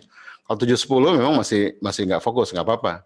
Tapi mulai 11 itu orang harus fokus. Ya baik dalam bakat, ya baik dalam ritual, dalam dakwah harus bakat ini fokus, nggak semua dicoba. Kalau dalam ritual ya, dalam dakwah, kira-kira dia mau aktif dalam dakwah di bidang apa misalnya? Udah mulai spesifik, gitu ya. Termasuk di seksualitas ya, dia harus spesifik untuk persiapan jadi ayah sebenarnya. Gitu ya, persiapan dia jadi laki-laki sejati. Nah itu Bapak Ibu ya, jadi kita harus paham nih tahapan, kalau nggak paham tahapan, kacau semuanya. Nah ini saya ada workshop ya, nanti Bapak Ibu bisa coba di rumah nih tahapan-tahapannya. Ya, saya ambil contoh berkebun. Oke ya, nah ini ada 8 tahap. Pertama, tentukan judul dulu selama liburan ya, misalnya berkebun. Oke, jadi tentukan judulnya, terserah nih mau berkebun, mau masak bersama gitu ya. Tentunya ada subtopiknya. Subtopik ini tergantung usia. Kalau usia 0 sampai 6 tentunya kalau tema berkebun topiknya apa kira-kira? Subtemanya apa? Yang sederhana ya, berkebun di halaman gitu ya, ya kan? Berkebun menyiram tanaman, misalnya sederhana gitu ya. Tapi kalau 7-10 beda lagi nih ya. Ya mengerjakan ladang atau kebun bersama ayah di halaman tapi proyek ya dalam waktu 1 bulan misalnya. Kalau dari 0 sampai 6 kan nanam toge gitu ya. Kalau 7-10 udah beda tuh. Udah beternak misalnya, sudah proyek ternak ayam selama 3 bulan misalnya, ayam kampung gitu ya. Atau berkunjung ke perkebunan selama 1 minggu misalnya ya, sehingga mempelajari dari mulai off farm sampai on farm gitu ya. Itu SD. Ya kan? SD tadi apa tadi? Ngebolang ya, berbanyak aktivitas. Kalau usia dini, imajinasi. Ya, dengan kisah-kisah. Kalau SD itu nggak bisa, dia harus melihat dunia bekerja. Maka berkebun bukan sekedar senang-senang, kalau SD sudah mulai eksplorasi, ekspedisi, ya, mulai kolaborasi itu SD. Oke. Nah, kemudian langkah kedua kita lakukan riset ya. Jadi ayah bunda kalau misalnya kita pilih kegiatan berkebun, subtopiknya berkunjung ke perkebunan sawit, atau berkunjung ke perkebunan anggrek misalnya, atau berkunjung ke perkebunan organik misalnya. Maka kita riset ya, kita riset kira-kira kalau berkebun itu 8 fitrah anak apa ya pengaruhnya kepada 8 fitrah. Nah, kita riset. Fitrah iman, kira-kira fitrah iman dengan berkebun apa ya? Ya, fitrah bakat dengan berkebun apa ya? Fitrah bakat. Fitrah belajar dengan berkebun apa ya? Gitu ya. Kalau fitrah iman misalnya bagaimana sih dari bagaimana Allah ya memberi karunia dari mulai biji ya benih sampai ditanam gitu ya. Itu atau doa-doanya dan seterusnya. Kalau usia SD sudah masuk misalnya bagaimana etika berkebun gitu ya, bagaimana miara ternak ayam yang toyib ya, bukan cuma halal tapi toyib gitu kan. Ya ayamnya nggak diperkosa gitu ya. Ya, cuma berapa minggu dipotong ayam stres gitu misalnya kan, itu etik ya, etik dalam berkebun ya, adab dalam berkebun itu penting. Jadi SD beda. Kalau udah mulai SMP 11 ke atas sudah mulai berkebunnya membuat kebun ya, atau misalnya 3 bulan magang berkebun di pertanian organik di New Zealand misalnya gitu ya, atau peternakan di New Zealand. Ada tuh anak teman saya yang magang ke peternakan punya Ustadz Abdul Jabar di New Zealand gitu ya selama beberapa bulan gitu. Jadi sudah mulai makin tambah umur makin kompleks ya, dan makin durasi makin lebih panjang gitu. Oke, jadi ide dibikin. Kemudian ide kegiatannya apa saja? Kita tulis banyak-banyaknya, kemudian observasi anaknya. Ya anaknya kira-kira imannya gimana nih? Ya bakatnya gimana? Sudah ketemu belum? Ya, kita profiling dengan sederhana. Yang kelima baru kita rancang. Ya. Contohnya ini Bapak Ibu ya. Nah ini langkah pertama tadi tentukan judul ya, langkah kedua riset nih, ini contohnya ya. Jadi fitrah iman dengan berkebun apa sih? Jangan kita riset aja, googling, baca buku ya, baca hadis dan seterusnya. Jadi untuk fitrah iman kira-kira apa aspek berkebun? Kan banyak tuh hadis-hadis tentang apa ya, orang yang meninggal yang meninggalkan pohon misalnya ya, kita bisa riset ke sana. Termasuk juga bagaimana Rasulullah dan kaum muslimin itu mengembangkan konsep berkebun secara Islam misalnya gitu ya. Itu kita riset. Ya, kemudian fitrah belajar, kira-kira berkebun itu aspeknya apa untuk belajar anak ya? Apa yang kira-kira bisa dipelajari, lihat nih. Ini lihat manfaatnya anak lebih kreatif dengan berkebun ya, karakteristik tanaman, pola tumbuh, anak melihat bukti langsung, apabila proses tak bekerja gitu ya. Nah, belajar bersyukur macam-macam nih. Ya, riset membuktikan kebun dapat nilai prestasi di sekolah. Nah, ini kan risetnya. Jadi kita riset lah. Nah, ini baru berasa nih punya anak nih ya, bukan cuma nitip anak gitu ya. Saya ingin ingatkan teman-teman ya, kalau kita kebanyakan nitip anak, kita merasa bebas beban ya. Padahal sebenarnya pernikahan kita bisa rapuh. Soalnya nggak? Ya, kayak bundaan kita akan tergerus dan itu berdampak pada kerapuhan pernikahan. Gitu ya, kita merasa senang anak-anak sudah seharian di sekolah, kita sibuk cari uang saja. Hati-hati ya, itu indikator pernikahan mulai goyah sebenarnya. Ya, karena anak itu karunia kan. Semakin kita sambut anak kita, semakin kokoh pernikahan kita. Oke ya. Terus bangun percaya diri. Oke. Sedikit lagi ya. Nah, ini dari sini kemudian baru ide. Nah, ide-ide ini. Ini ide. Ya, setelah ide-ide dituliskan, kemudian profil anak. Nah, ini profil anaknya, kira-kira aktivitas apa yang dia suka tadi kan. Minatnya apa, problemnya di mana. Ini sholatnya masih bolong-bolong nih. Padahal usia udah 9 tahun. Gitu ya. Nanti di perkebun kira-kira gimana ya, biar sholatnya jadi rajin misalnya begitu ya. Jadi kita profil anak kita untuk setiap fitrah. Nah, ini contohnya, ini contoh aja. Setelah itu baru kita rancang Bapak Ibu. Nah, ini ide proyek ya. Jadi ada before, during, after. Nah, ini contohnya. Nah, gitu ya. Oke, mungkin sampai sini dulu kita tanya jawab. Nah, ini memang perlu perencanaan ini sederhana kok, ya sederhana, dan memang kalau baru mulai kita kagok gitu ya. Tapi kalau sudah sering, nah seru deh pokoknya. Jadi setiap kita, ini liburan besok mau kemana nih? Mau ke pantai 1 minggu. Nah, kita bisa lancang tuh. Gitu ya. Kira-kira untuk fitrah iman, berkunjung ke pantai before apa nih ya, untuk usia berapa dulu nih, beda-beda kan. Tadi ingat ya 0 sampai 6 itu mahabbah dengan banyak imajinasi, 7-10 itu bergerak ke potensi dengan banyak aktivitas ya, eksplorasi, aktivitas, ngebolang, melihat dunia bekerja. 11 sampai 15 ditempa. Ya, ditempa di kehidupan nyata gitu ya. Bagaimana dia menyadari bahwa Islam itu kebutuhan gitu ya, bukan sekedar kewajiban. Kalau 7-10 kan kesadaran. Ya, kalau 11 sampai 15 sudah mulai merasa semua kebaikan itu adalah kebutuhan. Adab itu kebutuhan ya. Karena dia ingin mencapai kedewasaan pada saatnya pada usia 15. Oke. Baik, silakan Bapak Ibu yang ingin bertanya. Saya akhiri slide-nya. Saya kembalikan ke moderator. Ya, barakallah. Syukuran Ustadz. Ini sudah banyak sekali chat yang masuk. Iya, silakan. Oke, Waktunya sempit soalnya. Ya. Iya. Silakan. Di sini akan saya sedikit rangkum dari beberapa pertanyaan yang masuk, di antara dari Ibu Riza, Ibu In, Ibu Indri, Ibu Dwi, dan Ibu Nawang. Ini, dan mungkin bagi mewakili peserta yang lain, Ayah dan Bunda, ini satu pertanyaan yang saya garis bawahi adalah, kalau sudah terlanjur Ustadz, jadi anaknya sudah 11 tahun, sudah 9 tahun, nah tapi sudah terlanjur usia itu, nah apa yang akan kita lakukan sebagai orang tua untuk menanamkan tentang fitrah dia? Misalnya ada yang sholatnya masih bolong-bolong, ada yang sudah masuk pondok, lah itu bagaimana pendampingan? Iya. Oke, ya, saya sering dapat keluhan dari Ustadz-Ustadzah di pondok, katanya yang dikirim ke kami ini anak-anak bermasalah, Ustadz, katanya. Jadi kami kena cuci piring katanya, gitu kan? Mungkin juga teman-teman ngerasain ya, yang Ustadz-Ustadzah ini yang di pondok. Jadi banyak orang tua ngirim anak ke pondok itu bukan anak yang siap di pondokan sebenarnya, tapi anak-anak yang apa ya, ingin di laundry, ingin di bengkel, atau merasa hopeless gitu, ini apain lagi anak, kalau pusing udah pondokin aja deh gitu ya.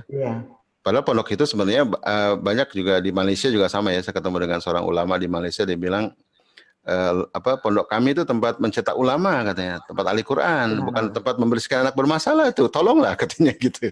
Jadi menjadi tren tuh ngirim anak bermasalah ke pondok.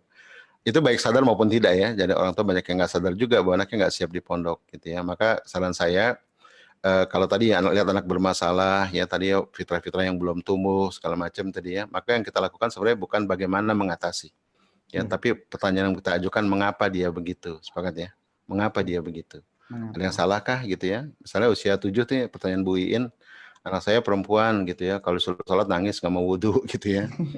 Pertanyaannya, sudah jatuh cinta belum sama Allah gitu ya, sudah dibacakan belum buku-buku Sigma gitu ya, misalnya, ini bukan promosi ya.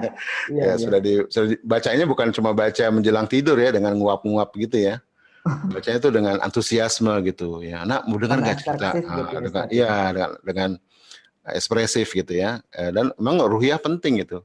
Nah, jadi Bapak Ibu ya, ternyata anak itu karunia. Kalau kita ingin kita tumbuh ya, kita nggak usah khawatir dengan tadi ya di alam roh, kitanya sendiri yang mesti ngecek, jangan-jangan dia anak-anak kita luntur imannya gara-gara kita kan. Ya, salah asuh. Maka di bawah 7 mungkin waktu dia kecil, kenapa di usia 7 disuruh sholat malas, mungkin kita sudah menyuruh-nyuruh sholat dari usia 3 tahun barangkali, sepakat nggak? Ya kan? Kita melampaui Rasulullah, akan ke 7. Rasulullah nggak bilang perintahkan sholat di bawah 7 kan, sejak 7. Ya, kalau gitu di bawah 7 nggak ngajarin sholat, bukan nggak ngajarin sholat, di bawah 7 bukan diperintah, tapi apa? Dipersanakan, ya kan? Dicontohkan gitu ya. Bunda sholat ya. Tapi kita sholat diguling-guling nggak apa-apa, yang penting semangatnya, gitu ya. Yang penting antusiasnya, bukan tertibnya, gitu ya. Kita pengen anak-anak buru-buru sholat tadi, itu penyakit ya, buru-buru. Ya, kita lupa hal itu amal apa status? Amal itu berproses kan, ya nggak? Berproses gitu. Ini juga banyak benernya pasangan-pasangan aktivis dakwah ya. Waktu dulu dia jadi aktivis kan nggak tiba-tiba pakai jilbab, ya nggak tiba-tiba jenggotan ya, Ayah Pur ya. Ya nggak tiba-tiba jenggotan kan, nggak tiba-tiba jidatnya hitam kan, ada proses kan. Proses jatuh cinta dulu kan, jatuh cinta pada manhaj, pada hobi kan. Mulai dia terpesona dengan ajaran Islam, baru dia pakai jilbab, kan? Nah begitu menikah lupa prosesnya, tiba-tiba anaknya dipaksa gitu ya. Anak-anak di Indonesia kan anak kalau perlu begitu lahir pakai jilbab gitu ya, ya kan? Kalau perlu 3 bulan hafiz Quran kalau perlu. Itu kan apa ya, nggak paham konsep fitrah gitu ya. Akhirnya jadi banyak anak-anak luka ya kan, belum saatnya.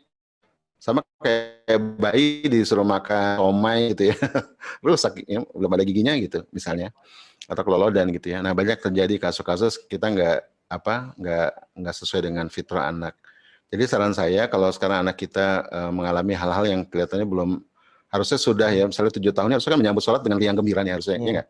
Nah, tapi kalau belum nih, apalagi malas, apalagi nangis, nah jangan-jangan kita belum membuat dia jatuh cinta pada Allah gitu ya. Termasuk usia 11. 11 itu kan harusnya udah nggak disuruh-suruh ya nggak? Iya. Udah nggak disuruh-suruh harusnya kan, 10 kan tadi ya, kalau nggak sholat ditempeleng ya gitu ya. Gitu. Tapi jangan setelah ini sampai rumah anak 11 ditempeleng ya Bu.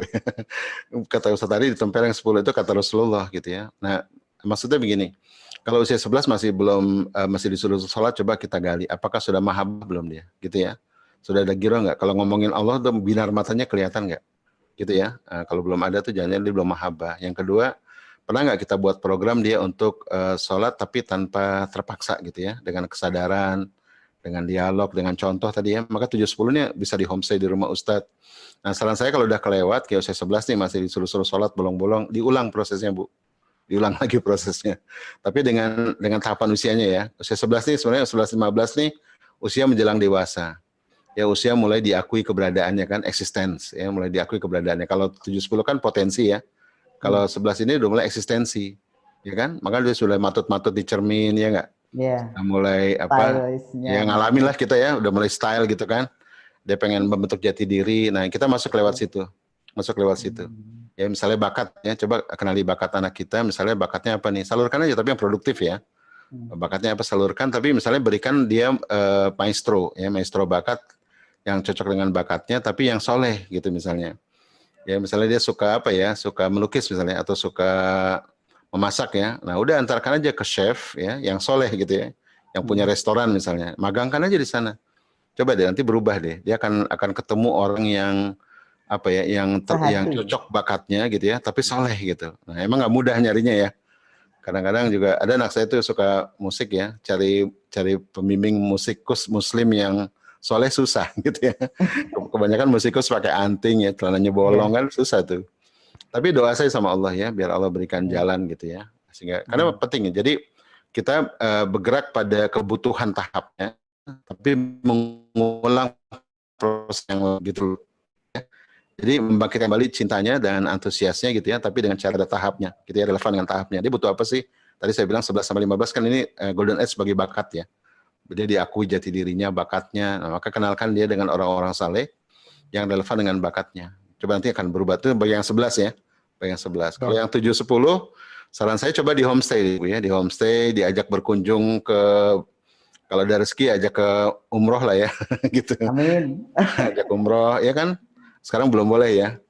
Mungkin cukup yang dekat-dekat aja lah, museum Islam gitu misalnya ya. Museum Islam, atau ke Jogja, Napaktilas Sejarah Mataram ya, atau kemana lah situs-situs Islam yang dekat dengan rumah gitu ya, agar dia melihat bagaimana, oh ternyata pahlawan itu gitu ya Bunda ya, dia rajin sholat ya Bunda ya, ya dia jadi syuhada ya Bunda ya, misalnya gitu ya. Anak-anak itu butuh contoh real kalau usia 7-10 ya kan. Kalau di bawah 7 butuh cuma imajinasi aja. Nah kita kadang-kadang nih mati gaya jadi orang tua kan, isinya ceramah semua. Kalau sampai 6 ceramah, 7-10 ceramah, 11-14 ceramah gitu kan ya kan, karena kita memang dibesarkan dari ceramah gitu ya, bukan. Padahal berbeda ya, kalau 0-6 tadi imajinasi. Ya. Belum gitu ya Ustadz ya. Ya. Nah jadi saran saya coba petakan 8 fitrahnya ya. Kalau skornya itu kalau usia 7-10 paling nggak skornya tuh antusias deh gitu ya. Nanti usia 10 skornya antusias konsisten. Nah kalau konsisten berarti dia sudah punya kesadaran ya, nggak usah disuruh-suruh. Kalau usia 11 tuh skornya harusnya 7 atau 6 ya, yaitu apa? Contribution. Jadi usia 11 itu sudah mulai terlibat dalam dakwah ya, senang untuk aktif di masjid, itu 11 ya, sudah mulai punya tokoh idola ulama, itu 11 ya kan. Kalau 11 boro-boro tokoh ulama ya, masih disuruh-suruh sholat, berarti ada yang kurang kan, ada yang salah tuh dengan tahap sebelumnya ya. Maka saran saya coba berikan tokoh ya, berikan tokoh maestro yang relevan dengan bakatnya ya, sehingga dia dapat dua ya, dapat keteladanan kesalehannya gitu ya, girohnya dapat, tapi juga pengembangan bakatnya dapat ya, sehingga dia ketemu jati dirinya plus imannya gitu. Oke? Gitu. Ada lagi? Jadi memang ini seni ya, ini seni dan apa ya? Memang ini kita harus turun tangan gitu ya, nggak bisa diam atau cuma modal marah-marah ya. Makin marah makin kabur deh Bu, percaya sama saya deh. Gitu ya. Ya udah pasti kesel kan, kesel lihat anak umur 11 subuh masih dibangunin, kesel kan? Kesel gitu ya. Hafal berapa nak? Ya dulu 15 juz dulu katanya. Sekarang udah nggak di pondok, udah murojaahnya belang bentong gitu ya. Kan banyak anak pulang dari pondok malah kan ukuran tahfiz itu kan murojaah, sepakat nggak? Ya kan? Iya. Karena ukuran murojaah itu ukurannya mahabbah kan. Kalau dia malas murojaah berarti ada masalah di mahabbah, ya nggak? Gitu ya. Jadi sehafal sebanyak apapun ya kalau nggak murojaah, dan murojaah itu pakalnya mahabbah ya percuma. Ya enggak? Nah ini yang Rasulullah, para sahabat mengatakan ya talamunal iman qoblal Quran ya. Ya mengatakan iman dulu sebelum Quran. Gitu ya. Kalau di bahasa lain adab sebelum ilmu gitu kan. Adab sebelum ilmu atau iman sebelum Quran. Itu bahasa-bahasa para ulama. Nah, kita kadang-kadang tergesa gitu ya, tergesa. Ilmu dulu adab belakangan. Quran dulu iman belakangan. Akhirnya konflik gitu kan? Konflik. Oke. Cukup. Ada lagi? Ada dari Tri Indi Mayasari Kudus nih Ustaz. Ya, silakan. Yang tadi disampaikan tentang pondok itu untuk bengkel ya. Jadi beliau tuh mengasuh panti asuhan khusus putra dari usia SD sampai kelas 4 ya, kelas SMA ini. Ada 37 anak dan belum bisa kan datang ke panti masih rata-rata di usia SMP. Dan bagaimana atau cara para pengasuhnya untuk menangani anak-anak tersebut, Ustaz? Kurikulumnya harus seperti apa gitu? Nah, ini dari kalau tadi sudah sampaikan ya, di Fitra Basic Education itu ada tahapan sebenarnya, namanya framework ya. Framework 0 sampai 6, 7, 10, 11, 14 gitu ya. Nah, jadi kita terapin kurikulum sesuai dengan framework gitu ya. Nanti misalnya gini, tapi memang detailnya harus kita buat sendiri. Misalnya 0 sampai 6 membuat anak jatuh cinta pada Quran gitu ya. Nah, caranya gimana tuh? Caranya gimana? Ya dengan kisah gitu ya. Ceritakan surga gitu ya, misalnya dan seterusnya. Gitu kan. Nah, jadi Bunda sendiri yang buat nanti rancang kegiatannya ya, gitu. Nah, yang ada di saya cuma framework. Ya, tapi framework ini sudah detail ya. Nah, kalau terus ada indikator, ya indikatornya mesti dilihat juga gitu ya. Misalnya 0 sampai 6 itu indikatornya antusias dalam semua hal ya, dengan dirinya, dengan ayah ibunya gitu ya. Jadi kalau terima anak PAUD ya belum antusias dalam semua hal ya, berarti ada masalah tuh. Ya malas gerak, ya malas makan. Semua serba malas, berarti skornya tuh 3 ya. Nah, kalau Syedini tuh skornya 4. Paling nggak dia antusias, belajar antusias walaupun nggak sempurna ya. Sholat antusias, nungging-nungging gitu ya, tapi dia semangat ya, dengar azan niru-niru, ya, ingat apa doa-doa, semangat doa gitu ya, yang penting semangat gitu. Jadi yang mesti dijaga di usia dini itu antusiasme. Kalau usia SD gitu ya, itu adalah antusias dan konsisten. Jadi udah mulai bagaimana nih anak-anak konsisten. Jadi Bunda kalau bikin kurikulum untuk usia SD, itu 2 hal yang harus dipelihara. Pertama antusiasme, ya, giroh dalam belajar. Yang kedua konsisten. Ya, ada anak yang semangat tapi nggak konsisten loh, gitu ya. Nah ini mesti digali kenapa nggak konsisten, gitu ya. Atau bisa juga nggak antusias gitu ya. Padahal dulu waktu masuk pertama sekolah antusias, kok sekarang malah enggak gitu ya. Nah mungkin metode belajarnya, mungkin gurunya nggak menyenangkan gitu kan. Kan belajar itu fitrah. Ya kalau anak nggak suka belajar yang salah bukan anaknya kan. Ada sesuatu nih gitu ya. Atau juga penyebab lainnya misalnya di rumah gitu ya. Atau dia kalau 7-10 itu kan anak laki butuh ayah ya, anak perempuan butuh ibu. Kadang-kadang kalau di panti itu kan kadang-kadang nggak lengkap sosoknya ya. Atau kebanyakan ibu-ibu biasanya gitu kan. Nah, jadi bisa juga penyebab di fitrah iman, penyebabnya ada di fitrah yang lain bisa juga. Ya, misalnya anak nggak malas belajar bisa juga bukan karena belajar yang nggak menyenangkan, cuman beban misalnya beban atau dia punya masalah kesehatan bisa juga ya, kurang olahraga atau kurang me time bisa juga ya, dia kurang me time ya gitu ya, atau cara belajarnya yang nggak tepat misalnya dia lebih suka ngebolang. Kalau SD itu ngebolang sebenarnya Bun, gitu ya. Kalau anak SD belajarnya di ruang kelas, yang stres dua-duanya. Ya kan, gurunya stres, anaknya stres. Coba belajar sejarah di kelas. Ya, nah hafalkan ya, nah Perang Diponegoro 1825 sampai 1830 nanti ulangan keluar gitu. Itu kan nggak menarik buat anak-anak kan, nggak menarik gitu. Bahkan bisa salah konsep dia. Oh jadi Diponegoro perangnya pada maghrib ya Bu? Kok pada maghrib itu 1825? Ternyata 1825 tahun kan, bukan jam. Jadi bisa salah persepsi kalau di 710. Dia harus melihat langsung gitu ya, real. Nah, jadi memang kalau kita bikin lembaga pendidikan itu ya harus serius gitu ya. Nah, mulai masuk SMP itu mulai ditempa ya. Nih saya lagi kedatangan 2 keponakan, ayah ibunya kena COVID. 2 keponakan saya nih. Ayah ibunya kena COVID, diisolasi, anaknya diantarin ke saya karena dia dia negatif anaknya 2. 2 anak ini 1 3 tahun, 1 4 tahun ya. Dua-duanya ini anak yang ditinggalkan ayah ibunya bekerja setiap hari. Ya kebayang nggak? Ya caper gitu ya, gampang nangis. Terus sebenarnya dia bisa ngomong bener tuh bisa. Aku ingin makan bisa. Tapi kalau ngomong tuh pasti merajuk gitu. Itu udah 2 minggu di rumah saya tuh. Ya kita perbaiki, kita recover semua. Ya, kamu bisa ngomong kan? Bisa, coba ngomong. Oh, itu kan bisa gitu ya. Kadang kalau pipis harus dipangku gitu. Kalau dipangku nggak mau pipis kan nyusahin orang kan. Padahal bisa gitu. Pakai celana harus dipakai. Iya, karena ayah ibunya bekerja sama pembantu setiap hari gitu. Ya kan? Jadi kekurangan kasih sayang. Ini 2 minggu di sini juga nggak nanyain bapak ibunya, nggak ditanyain. Kan sudah nyaman, Ustaz. Iya, kangen sih kangen, tapi nggak pengen pulang juga mereka. Tenang aja. Karena dia pikir juga di rumah juga bapak ibunya ninggalin rumah gitu, dia pikir kali ya. Betul, nggak ketemu sama saya kan di rumah, saya ajak jalan, saya ajak ke danau, saya ajak sholat subuh berjamaah. Ada yang kecil tuh, aku benci sholat gitu. Kebayang gak? Anak 3 tahun ngomong aku benci sholat tuh, kebayang ya? Ya kan, bahkan di rumahnya itu suasana sholatnya itu menegangkan, bisa juga kan. Kadang-kadang agama disampaikan ke anak dengan cara tegang gitu kan. Iya. Gitu. Itu lagi turun. Oke. Gitu ya. Iya. Jadi yang penting kita tetap optimis Bu gitu ya, dan kurikulumnya kita susun. Nanti kalau ingin WhatsApp saya boleh ya. Kita diskusi tentang kurikulum, nanti saya kasih frameworknya buat Ibu ya, insyaallah. Gitu. Ada frameworknya kok. Nanti detail itu, ada indikatornya ada gitu. Bunda silakan nanti turunkan dari sana jadi kurikulum. Kurikulum berbasis fitrah, ilmu dan adab. Jadi saya gabungkan 3 itu, fitrah, ilmu, adab. Oke. Oke. Ada lagi? Ada lagi yang mau bertanya? Silakan. Sudah nulis di chat Dwi Rahayu. Bunda Novi bisa dipersiapkan untuk Dwi Rahayu. Langsung tanya bisakah? Silakan. Silakan Bunda. Ya, Bunda Dwi Rahayu, silakan Bunda. Ya. Ya, silakan Bunda.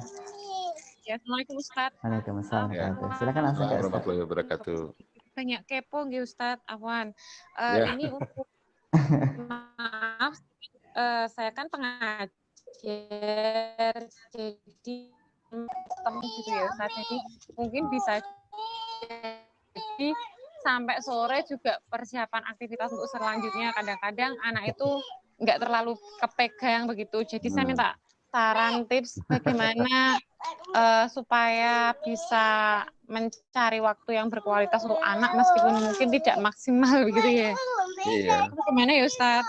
Iya, jadi begini Bunda, banyak guru-guru ngeluh begitu kan, apalagi guru SIT misalnya ya, sampai sore ya, ngajarin anak orang, anak sendiri nggak kepegang gitu kan. Ya kan, itu jadi dilema gitu ya, karena memang ngajar anak orang juga bagian dari jihad juga kan, ya bagian dari dakwah.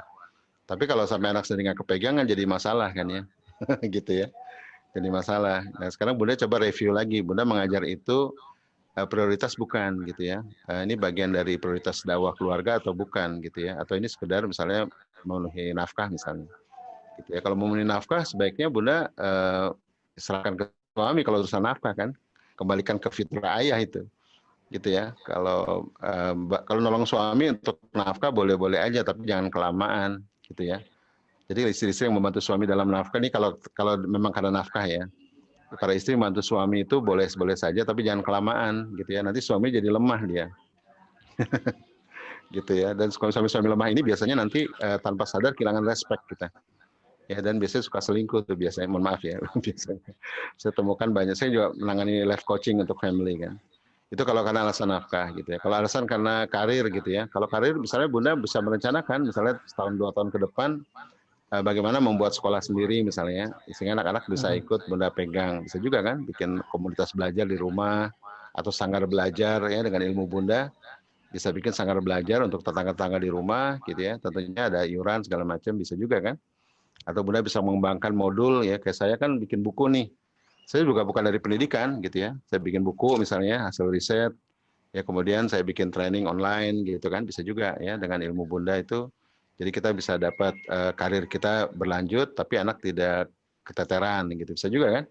Tapi direncanakan lah ya. Kalau enggak nanti sampai kapan gitu ya.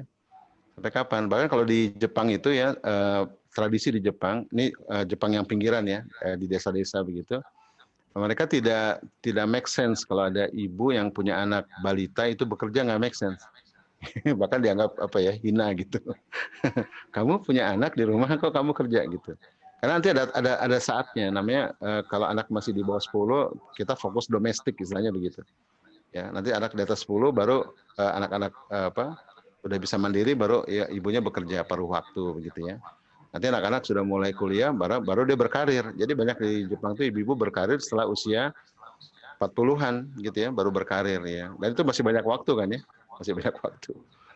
Kalau karena karir ya, karena dia ingin mengembangkan misalnya keguruannya atau ilmu pendidikannya gitu. Oke ya. Jadi coba Bunda review lagi deh. Ya karena memang kalau anak di bawah 10 itu masih butuh ayah ibu lengkap, bahkan sampai 15. Begitu ya, itu masih butuh ayah ibu. Nah maka coba di planning lah ya, setahun ke depan gitu ya, atau 6 bulan ke depan sekalian di review ya, ini orientasinya apa sih sebenarnya ya, orientasi kita bekerja ini ya, apa karena nafkah, apa karena karir ya yang harus dipenuhi gitu ya, atau karena memang bosan di rumah pengen sosialita gitu ya. Coba di review deh gitu, dan tentukan prioritas. Memang hidup kita harus prioritas gitu ya, tidak bisa semuanya dipegang. Kalau bisa semua dipegang bagus ya. Misalnya Bunda punya sekolah sendiri, anak-anak Bunda didik sendiri ya, lalu Bunda punya lembaga, itu lebih bagus kalau bisa dipadukan antara fitrah keibuan, fitrah bakat ya, fitrah iman dalam dakwah bisa digabung dalam satu peran, itu bagus ya. Tapi nggak semua orang bisa punya kesempatan memadukan itu ya, karena berbagai hal gitu. Itu Bunda saran saya. Keterbatasan. Ya silakan. Ya terima kasih Ustaz. Ini ada satu lagi terakhir untuk penanya terakhir. Boleh nih tanya. Boleh. Siapa ini? Ayo silakan. Wabarakatuh. Silakan. Waalaikumsalam warahmatullahi wabarakatuh. Waalaikumsalam warahmatullahi wabarakatuh. Menarik sekali atas ilmunya. Saya ibu dengan anak. Masya Saya ingin menanyakan terkait keawaman saya. Di sini bab adab itu tidak dibenturkan, dalam artian adab itu diajarkan 0 sampai 7. Apakah hanya sebatas itu? Ketika kita dalam proses pendidikan anak kan nanti di tengah jalan anak itu akan dibenturkan dengan adab-adab yang memang tidak dipelajari di usia 7. Karena di usia 15 juga itu kan ada adab-adab baru. Nah, proses ini masih berkesinambungan atau memang harus diterapkan di 0 sampai 7 tadi. Itu yang pertama. Yang kedua, yang 3R tadi, yang ketiga saya mohon penjelasannya, Tat. Terus yang ketiga pertanyaan saya, suplai maskulin dan feminim ini bagaimana terkait dengan orang tua yang mungkin dalam tataran teknis itu sering berbenturan dengan pasangan, dalam artian bahwasanya semua konsep pendidikan itu tugasnya istri gitu. Misalnya ada sang suami itu merasa bahwasanya saya sudah mencarikan Maisah, saya sudah mencarikan ini, udah itu tugasmu gitu. Misalnya seperti itu salah satu contohnya. Terus bagaimana saya sendiri pengalaman ya, karena saya dari kecil nggak ada ibu, saya pendidikan itu cenderung ke trial error gitu. Jadi dan ini bisa dibaca oleh anak-anak saya, ibu kita itu nggak pernah punya ibu, tapi tiba-tiba jadi ibu gitu. Jadi otomatis segala kesalahan saya itu hampir dimaklumi sama anak saya gitu loh. Lah saya kayaknya kurang terima kalau saya dimaklumi gitu. Maksudnya kalau saya salah ya saya disalahkan aja. Anak-anak jangan diem aja gitu. Tapi kalau bapaknya yang salah, protesnya itu tinggi gitu. Nah, gitu. Saya maksud saya itu di sini bagaimana tadi ya, suplai feminim dan Maskulin. maskulin yang memang dibutuhkan anak itu sejauh mana. Itu gitu aja. Jazakumullah khairan. Waalaikumsalam, Masya Allah. Pertanyaannya bagus-bagus nih. Jadi pertama dulu ya saya jawab tentang adab ya. Jadi adab itu dia bergerak gitu ya. Jadi adab itu mulai diperintah pada usia 7. Ya, sesuai dengan hadis Rasulullah kan, perintahkan sholat ketika usia 7. Jadi sholat itu kan adabnya. Saya diskusi dengan Dr. Adi Nusa ini, sholat itu adab. Adab kepada Allah kan sholat ya. Maka semua adab diperintah sejak 7. Semua adab. Ya, di bawah 7 tahun itu tidak diperintah, tapi bukan berarti nggak diajarkan adab. Di bawah 7 tahun itu dipesonakan, ya, dicontohkan, diteladankan, gitu ya, dibersamai, itu di bawah 7. Dan targetnya bukan sempurna, targetnya dia antusias saja, misalnya antusias bangun pagi, ya, antusias makanan yang thayyib, gitu ya, antusias dengar azan, antusias dengar Quran, itu aja, bukan target tertib ya, gitu. Karena belum disiplin kan, have no idea about rules di bawah 7. Ya, kita ingat dulu di bawah 7 kan main tak umpet aja kita ngaco ya. Yeah. Kita baru bisa tahu aturan itu di atas 7 kan, main galasin, main benteng di atas 7. Maka saat di bawah 7 itu have no idea about rules. Maka tidak ada disiplin di bawah 7. Ya, maka disebutnya masa pralatih. Tidak ada disiplin di bawah 7. Tapi bukan berarti nggak didisiplinkan ya. Tapi tidak berharap dia disiplin di bawah 7 ya. Tapi berharap dia antusias dengan kedisiplinan. Antusias dengan adab. Maka di bawah 7 tahun itu adab dicontohkan. Orang tua harus membangun. Misalnya makan di meja makan gitu ya dengan tangan kanan, orang tua yang mencontohkan gitu ya, beresin mainan itu dibersamai, bukan ayo nak beresin mainan nak gitu ya, kamu nih umat Islam harus rapi, nggak gitu. Itu perintah kan. Di bawah 7 tuh yuk kita beresin mainan, ayo cepet-cepetan lempar ke kotak misalnya gitu ya. Nah seperti itu. Kalau anak berbuat misalnya naik ke atas meja atau apa, kita bukan lebih nahi mungkarnya tapi amar ma'rufnya gitu. Ya, nak, kaki buat apa nak? Kaki buat ke masjid kan, buat sholat, bukan naik ke meja. Ini meja untuk ayah bekerja gitu. Jadi disampaikan ma'rufnya dulu ya, bukan nahi mungkarnya. Jangan, kamu tuh kenakal, kaki kamu tuh nggak bisa. Ya, itu. Akhirnya anak-anak yang ditangkap adalah negatifnya ya, bukan positifnya. Gitu ya. Karena di bawah 7 tahun itu setiap luka imaji akan melahirkan luka emosi. Setiap luka emosi akan jadi luka persepsi. Setiap luka persepsi akan jadi buruknya ketika dewasa kelak. Malas sholat, benci Tuhan bahkan, itu karena ada di bawah 7 tahun dia tidak mendapat imaji-imaji yang positif atau kesan ya. Kalau dalam Islam itu athar ya, keberkesanan.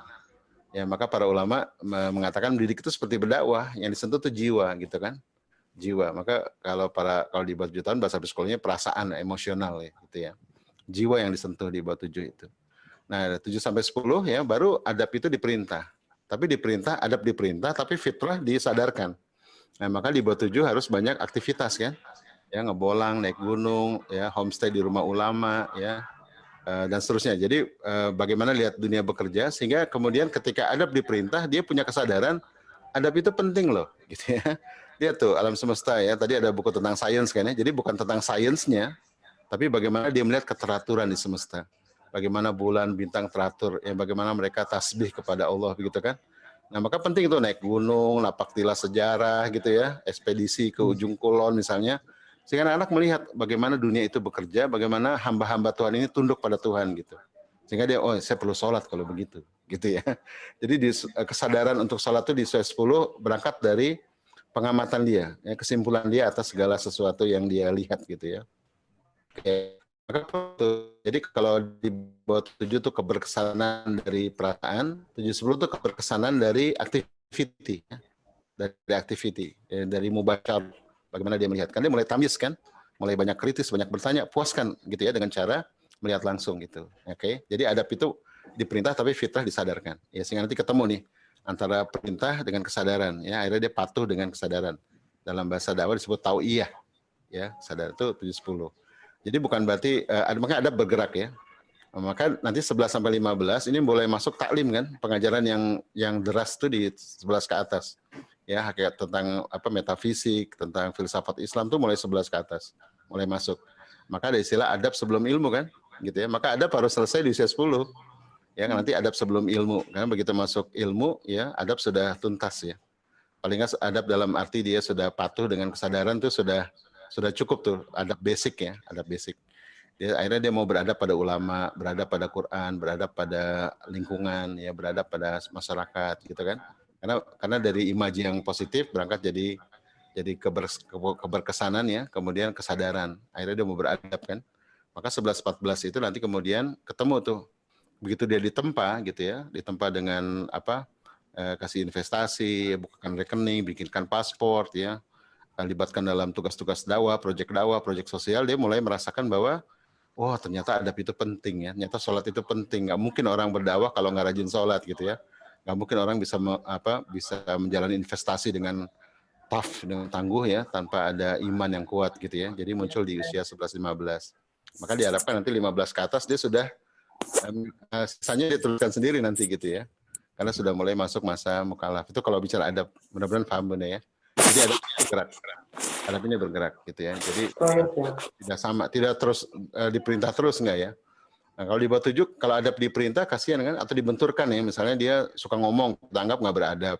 Padahal anak suka ngomong itu kan, dia bicara fitrah bakat ya, keunikan kan. Dia suka ngomong. Nah kamu tuh cerewet banget dibacakan hadisnya gitu. Ya, jadi kalau di bawah 7 tuh diterima saja, acceptance ya, diterima, disalurkan gitu ya. Nah 7-10 mulai banyak disalurkan. Oke, yang kedua tentang reason, ketiga reason. Jadi pertama tuh 3R ya. Jadi kalau buat kita untuk anak, pertama adalah relevan dengan fitrah, dengan minatnya, dengan bakatnya, dengan usianya. Oke, yang kedua relation. Orang mau beramal kalau ada cinta, sepakat nggak? Cinta yang kuat. Ya, kita sama suami aja kalau lagi cinta mau disuruh apa aja kan? Kalau lagi sebel ogah kan gitu.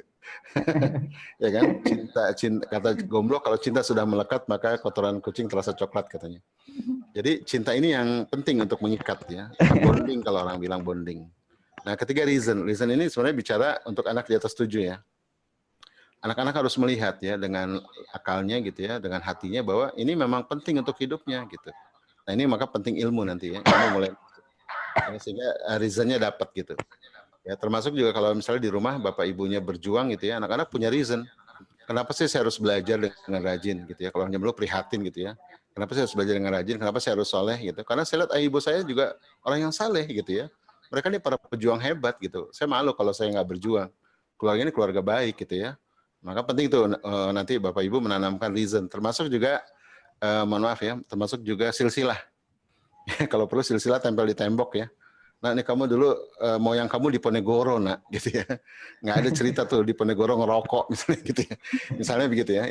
Itu akan membuat anak-anak punya punya kekuatan ruhiyah ya. Kenapa dia harus saleh misalnya gitu kan. Silsilah itu penting. Jadi pokoknya semua yang membuat reason ya, yang make sense gitu ya untuk membuat anak itu mau saleh itu coba kita munculkan. Itu reason namanya. Oke ya Bunda ya. Termasuk juga happening art nanti ya. Hal-hal yang memicu ya, trigger kesalehannya juga kita siapkan. Itu disebut reason. Oke. Terus yang keempat itu masalah supply ya, supply maskulin dan feminim. Ini kalau anak laki itu butuh 70% supply maskulin dari ayah, 20% supply feminim dari bunda. Ya, sehingga dia menjadi imam yang tangguh tapi hatinya punya lembut. kelembutan, ya, punya sensitif sama istrinya. Kalau anak perempuan butuh 75% feminitas dari bunda, 25% maskulin dari ayah agar menjadi makmum yang setia, penuh cinta, lembut tapi tidak rapuh. Gitu ya. Jadi para ibu yang kekurangan sosok ayah biasanya rapuh. Gitu ya, gampang cemas, gampang putus asa, biasanya begitu. Atau dia menuntut berlebihan pada suaminya karena dalam bayangannya laki-laki ideal tuh ya imajinatif gitu ya. Maka dia menuntut pada suaminya agar seperti bayangan dia di kepalanya dan cemburuan biasanya. Keinginannya gitu Ustaz ya. Iya, jadi semua yang kita lakukan ini kan sebenarnya efek dari masa lalu kan, sepakat nggak? Iya. Efek dari pengasuhan kan. Tadi Bunda nggak punya sosok ibu ya, ada kemungkinan Bunda mungkin lebih dekat ke ayah, mungkin ya. Ya, tapi lebih dekat ke ayah, mungkin Bunda lumayan galak barangkali. Saya kebetulan ini sama nenek, sama nenek. Jadi nenek. Oke. Oh cukup dong berarti. Ayah. Sebenarnya kalau nggak ada ibu dekat nenek cukup sebenarnya karena ada supply feminim dari nenek kan. Feminimnya dari nenek. Cukup sebenarnya. Saya cuma khawatir biasanya kalau nggak ada sosok ibu lebih dekat ke ayah dan lebih keras hidupnya gitu ya. Sehingga ketika menjadi ibu dia jadi kayak laki-laki begitu. Gitu ya. Nah, anak-anaknya takut biasanya.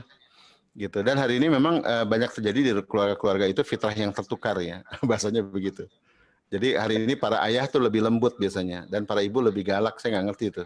Ya, ada pertukaran karena ayah hari ini kan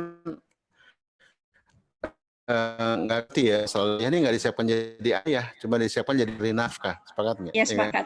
Jadi dia pikiran dia kalau sudah ngasih nafkah ya selesai peran ayahnya gitu, ya kan? Gitu kan? Kebanyakan gitu. Ya Ustaz. kebanyakan gitu. Jadi urusan dari mulai merancang pendidikan, ngambil rapot, parenting ibu Ngambil semua. rapot. Nah akhirnya ibu karena ayah tidak hadir, ibu jadi pencemas kan, ibu jadi superwoman kan. Ibu memerankan dua peran ya, akhirnya jadi ambigu kan. Betul. Kadang-kadang jadi ayah juga, jadi ibu juga. Akhirnya banyak hari ini para ibu-ibu jadi keayahan, seperti ya. Gampang marah, sumbunya pendek, Iya. kecemasan, Iya, banyak ya betul. ibu-ibu hari ini gitu kan. Lalu karena ibunya begitu, akhirnya karena ibu jadi keayahan, maka ibu jadi galak betul dan banyak suami-suami takut istri hari ini. Gitu. Jadi terjadi namanya siklus kezaliman gitu. Maka caranya gimana ya, masing-masing menyadari fitrahnya ya. Ayah tuh bukan cuma cari nafkah loh ya. Ayah tuh desainer pendidikan. Ayah tuh perancang kurikulum. Ayah tuh great narator. Ayah tuh ngomongnya mungkin dikit ya, tapi ayah itu ngomongnya harus dalam ya. Gitu ya. Ayah tuh narator, ayah tuh imam, koam ya kan. Imam itu yang lead the way, show the way, find the way itu imam. Kalau imam nggak tahu kiblat, ya takbirnya gagu gitu ya. Gerakannya kaku. Ya gimana makmum mau bergerak gitu kan? Ya, jadi kalau imam cuman bawa baki sama makanan gitu ya, tapi nggak mimpin sholat gimana, gitu kan? Jadi ayat itu bukan cuma nafkah. Nafkah itu sebenarnya nggak usah disebutkan ya. Di Quran bahkan nggak disebutkan tuh nafkah itu. Kenapa? Karena tanpa jadi ayah pun wajib cari nafkah, sepakat nggak? Ya kan, nggak usah jadi ayah juga wajib cari nafkah. Bujangan juga wajib cari nafkah. Justru peran ultimate seorang ayah itu adalah dia a man of mission and vision, laki-laki yang punya misi dan visi, gitu ya. Ayah hebat sepanjang itu mesti disampaikan ke ayah. Ini satu materi sendiri nih sebenarnya, fitrah keayaan sama fitrah kebundaan, gitu ya. Karena bunda ini a person of love and sincerity ya, perempuan yang sosok yang setia dan penuh cinta. Karena laki-lakinya memiliki misi dan visi yang besar, gitu kan. Jadi yang dibutuhkan jadi fitrahnya perempuan itu adalah setia, itu fitrah perempuan. Yang dibutuhkan adalah pemimpin yang mampu memimpinnya, sepakat nggak? Gitu ya. Dan fitrah laki-laki itu adalah ya dia memimpin gitu ya, dibutuhkan adalah perempuan yang setia untuk dipimpin olehnya, gitu kan? Jadi kan ketemu di fitrahnya. Kalau ketukar gimana coba? Ya, maka saya sering temukan anak-anak yang bermasalah kalau single parents gitu ya. Yang kedua kalau ayahnya tidak hadir. Yang ketiga kalau LDR ya, LDR juga tuh termasuk masalah sebenarnya kan, karena itu bukan kondisi ideal tuh, ya enggak? Jadi teman-teman yang LDR ini mesti segera mereview ya, atau segera coba mengevaluasi lah gitu ya. LDR-nya ini jangan kelamaan ya, karena LDR itu bukan situasi ideal ya, situasi darurat sebenarnya gitu ya. Oke Bunda, mudah-mudahan bisa ini memang forumnya terbatas ya untuk cerita lebih panjang. Betul. Jadi silakan aja chatting, dan kalau tinggal di Jakarta misalnya saya biasanya suka bikin family life coaching untuk pasangan-pasangan yang mau saya coaching, boleh gitu ya. Gitu. Jadi itu gratis kok. Gratis. Kita ngobrol di kafe, ngobrol santai gitu ya, sembari membahas peran ayah ibu ya, terus kemudian merancang fitrah masing-masing ya. Ayah juga kan ada bolong-bolong fitrah kan, Bunda juga kan. Gimana nih saling menguatkan. Jadi bukan saling komplain nih. Kan yang sering terjadi di pernikahan kan saling komplain kan, bukan saling mencahayakan. Karena kita nggak tahu cara mengurainya gimana kan. Nah, harusnya yang kita lakukan adalah kita coba lihat fitrah pasangan kita seperti apa, kemudian kita bantu ya untuk upgrade. Ya, gitu ya. Nah kalau saling menasihati begitu kan bagus kan, gitu ya. Terjadi kan saling komplain gitu ya, memaksa pasangan untuk seperti yang kita mau gitu, ya, bukan seperti apa yang dia butuhkan kan gitu. Oke, mudah-mudahan bisa paham. Ya, semoga tidak puas ya, sehingga bisa langsung. Iya nggak puas. Sama Ustadz ya. Bisa Ya, satu lagi. ini jawabannya bisa panjang bisa pendek ya gitu. Karena masalah keluarga ini kan nggak ada habisnya. Betul. Makanya saya buat framework ya, biar teman-teman punya panduan ya, termasuk juga mungkin Desember ini saya mau bikin training gratis ya, sekitar 7 seri untuk para pembina majelis taklim atau pengurus masjid yang pengen bikin program pendampingan keluarga. Ya, karena keluarga-keluarga ini kan harus dampingi ya. Ya enggak? Kan dakwah keluarga ini kosong Bunda hari ini kan. Ayah Bunda ini kosong dakwah keluarga hari ini. Ya. Kalau dakwah politik seru ya, orang pada tertarik ya, dakwah ekonomi gitu ya. Kalau dakwah keluarga kan nggak menarik. Padahal tingkat perceraian tinggi loh. Indonesia hari ini tingkat perceraian itu 50 keluarga per jam. 50 keluarga per jam bercerai, bubar tiap jam. Atau kalau per tahun itu 395.000 kasus perceraian per tahun. Jadi parah betul ya. Kita bicara kebangkitan umat, kebangkitan Islam. Kalau keluarganya rapuh, mau kemana bro? Gitu ya. Ya tadi kalau ini sih, kalau bagi saya ini panggilan hidup saya gitu. Kalau bagi saya sampai mati melakukan ini gitu. Oke. Mudah-mudahan dimudahkan. Cukup ya? Bisa satu lagi, Ustaz? Cukup? Masih bisa satu lagi, Ustaz? Boleh. Satu lagi. Terima kasih, Ustaz. Saya mencoba memahami pendidikan berbasis fitrah ini. Sepertinya tidak sesederhana yang apa itu namanya, yang bisa dijelaskan oleh Ustaz. Karena menurut saya ini pertama harus paham dulu bagaimana konsep fitrah yang dimaksudkan Ustaz. Setelah itu kelihatan tadi ada framework ya, artinya pelaksanaannya pun harus sesuai dengan standar yang Ustadz sampaikan sedemikian sehingga kita bisa mengarahkan anak-anak yang Ustadz maksudkan. Gitu ya. Nah, sebab itu mana tadi untuk bisa mengimplementasikan tentu kan butuh framework ya, sedangkan kita di dalam sekarang presentasi sekarang ini kan belum terlihat ya frameworknya bagaimana ini untuk kalau misalnya untuk fitrah yang ini itu bagaimana. Nah itu bagaimana Ustaz? Istilahnya kelanjutan kita ini kalau misalnya kita tertarik untuk mengimplementasikan pendidikan berbasis fitrah ini bagaimana ininya gitu. Langkah-langkahnya. Karena kalau pemahaman saya tadi kalau misalnya kita ini misalnya saya ini khusus untuk diri saya untuk mengimplementasikan itu tadi itu kan harus pengulangan yang dulu tidak saya lakukan gitu kan. Misalnya seperti itu. Terima kasih, Ustaz. Ya, terima kasih Ustaz. Jadi memang gini, fitrah itu kan bicara jiwa kan. Fitrah itu kan nature of soul ya. Dan hidup itu tentang tazkiyatun nafs kan. Ya enggak? Kalau jiwa itu baik, ya maka baiklah kehidupan seseorang kan. Ya, bahkan ada kalau di hadis-hadis itu man arafa nafsahu faqad arafa rabbahu. Jadi cerita tentang hidup ini kan bagaimana menata jiwa sehingga kita bisa bertemu dengan Tuhan gitu ya, dengan sebaik-baiknya. Dan jiwa yang tertata ini nanti berdampak pada aspek kehidupan kan, dalam sosial, dalam keluarga gitu. Nah, karena itu saya berangkat dari konsep fitrah ini, karena fitrah itu dia sebenarnya elemen dari jiwa juga gitu ya. Kalau fitrah ini terjaga, terawat, maka baiklah jiwa gitu. Nah, fitrah itu kalau saya ambil dari Imam Ghazali ada 8 aspek fitrah tadi ya. Dan itu saya buat framework. Makanya memang tadi betul dikatakan ya. Pertama memang kita harus paham konsep fitrah ya. Bukan hanya paham, harus meyakini juga ya. Mengenali dan mengakui ya bahwa manusia itu membawa fitrah, dan ini menabrak semua teori barat ya tentang manusia. Ya bahwa manusia itu dari hewan, manusia itu Tuhan, ditabrak semua oleh konsep fitrah kan. Gitu ya, termasuk konsep manunggaling kawula Gusti gitu ya. Itu ditabrak semua oleh konsep fitrah. Ada memang sifat-sifat Tuhan dalam diri manusia yang mirip sifat Tuhan tapi bukan sifat Tuhan, berbeda kan? Itu fitrah namanya. Dan fitrah itu juga bukan keburukan ya, atau ada yang mengatakan fitrah itu bisa baik bisa buruk. Enggak, fitrah itu kebaikan, innate goodness, bawaan baik. Maka enggak ada dalam Islam itu anak bawa dosa ya, orang tua ya. Innate sins itu enggak ada, itu ada di agama Kristen ya. Islam itu innate goodness. Ya, bahkan kalau para pakar ya, para ulama dengan lengkap mengatakan innately predisposed to know God and to do good and to accept the true knowledge. Jadi elemen-elemen kunci dalam Quran itu ada dalam jiwa kita sebenarnya. Kita kan suka adil ya.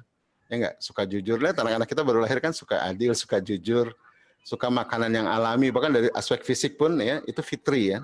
Suka makanan yang alami ya, alpukat ya, tidak terlalu asin, tidak terlalu manis kan. Kenapa ketika besar suka junk food ya, suka makanan jajanan yang ada 10P itu kan, pewarna, pengawet, pemanis, pengasin, dan seterusnya gitu ya. Itu sebenarnya kan melawan fitrah gitu ya. Ya termasuk juga halal dan haram itu dalam kitabullah itu juga ada dalam fitrah manusia. Jadi saya diskusi dengan seorang penggiat halal living ya, dia belajar dari beberapa bangsa-bangsa, ternyata babi itu ternyata semua bangsa itu nggak ada yang makan babi awalnya. Ya, babi yang diharamkan Islam tuh secara fitrah orang menolak, jijik itu. Ya, kenapa orang makan babi, makan anjing, makan kampret gitu ya, makan kalong, makan ular, karena peristiwa peperangan ya, bencana alam yang berat, ada orang makan segala. Ketika itu berakhir, kemudian orang meneruskan jadi tradisi kan. Padahal secara fitrah itu orang menolak makan babi sebenarnya. Jadi antara fitrah dan kitabullah itu kompatibel. Nah ini yang pertama ya, kita harus pahami konsep fitrah sebagai sebuah the Islamic concept of human nature yang membabat semua konsep-konsep barat tentang human nature. Ya, karena salah konsep tadi nanti muncul jadi sistem macam-macam yang salah gitu kan. Terus yang kedua adalah saya membuat framework ya untuk memudahkan para ayah bunda untuk mendidik anak sesuai dengan fitrah, biar nggak lebay, biar nggak lalai. Kan kalau kita nih biasanya lebay ya, kecepatan, atau lalai, kecuekan gitu ya. Nah ini framework ya, biar tidak lalai, tidak lebay, karena anaknya alay gitu. Gitu ya. Yang ketiga konsep fitrah ini juga termasuk ke dalam fitrah ayah ibu, ya kan? Ayah ibu harus memerankan fitrahnya, tadi ada 8 fitrah ayah, 8 fitrah ibu yang harus sinkron gitu ya. Nah ini dalam pendidikan penting gitu ya. Misalnya dalam didik keimanan, ya, peran ayah apa sih dalam keimanan? Ya ayah itu adalah pembangun fikroh tuh ayah ya, pembangun fikroh. Kalau ibu pembangun zikir. Ya, jadi menyiapkan wadah hati itu ibu ya. Kalau anak itu susah berzikir, hatinya nggak sensitif sama kebenaran tuh ibu tuh, dosa ibu. Kalau dosa ayah tuh anak gagal paham tentang world view, cara pandang tentang Islam, tentang dunia. Karena ayah tidak memberikan wawasan, itu ayah, gitu kan? Jadi ayah bicara ke depan, kalau ibu bicara merawat. Ini kan peran ayah dalam fitrah iman ya, peran ayah dalam fitrah bakat misalnya, atau fitrah belajar. Nah, ayah itu pembentuk sistem berpikir, sistem thinking, itu ayah. Jadi kalau di rumah anak itu pelangap-pelongo, tidak kritis, logikanya hancur gitu ya, itu ayah tuh ya, salah ayah. Kalau ibu pembangun apa? Pembangun keep knowledge keeper ya. Jadi perawat knowledge. Kalau zaman dulu tuh ibu tuh yang syair ya, benih itu ibu ya, merawat knowledge lah. Kalau sekarang mungkin perpustakaan di rumah ya, hazanah-hazanah keluarga tuh ibu, arsip ya, tuh ibu ya, untuk merawat knowledge keeper gitu atau knowledge management.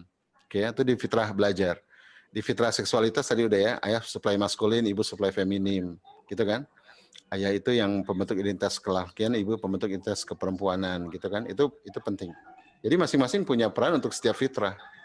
Ya, untuk fitrah bakat ya, fitrah bakat ayah itu sebagai profesional. Ya, di masa lalu itu ayah yang mengajarkan kayu segala macamnya, petukangan tuh ayah dulu kan. Ya, termasuk bisnis tuh ayah gitu. Maka zaman dulu anak-anak itu kalau magang bersama ayah, kayak Rasulullah kan magang bersama pamannya berdagang ke Syam gitu ya. Karena memang tugas-tugas pendampingan pengembangan diri itu ayah sebenarnya. Nah sekarang kan di era modernisme ini ayah terpisah dari anaknya gitu ya. Ya kan? Ya itu dibahas di buku saya di Fitrah Based Education. Ya lumayan lengkap sih gitu ya. Karena memang saya bukan ngarang ya, itu digali dari hazanah ya, dari research, dari sirah ya, dari sejarah ya, saya gali gitu. Dan saya nggak sendiri ya. Jadi setiap bulan tuh saya dulu ya sebelum pandemik, setiap bulan kami mengundang pakar ke UI.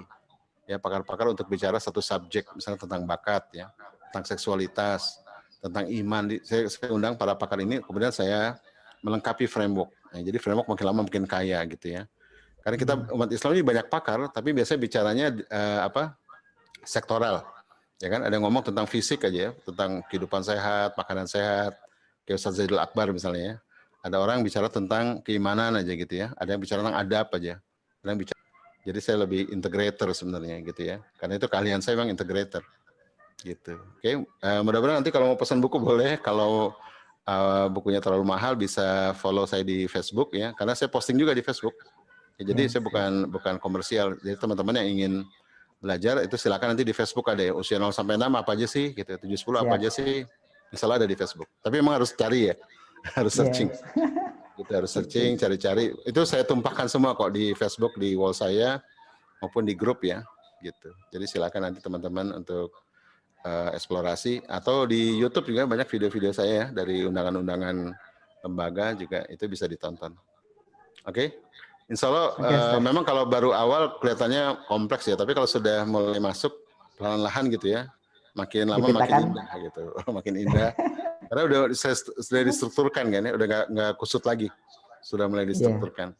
Ya, jadi para ulama dulu mengatakan sebuah karya itu bukan membuat yang baru sebenarnya, tapi sebuah karya itu adalah mengkoleksi berbagai macam hazanah sehingga jadi lebih mudah gitu.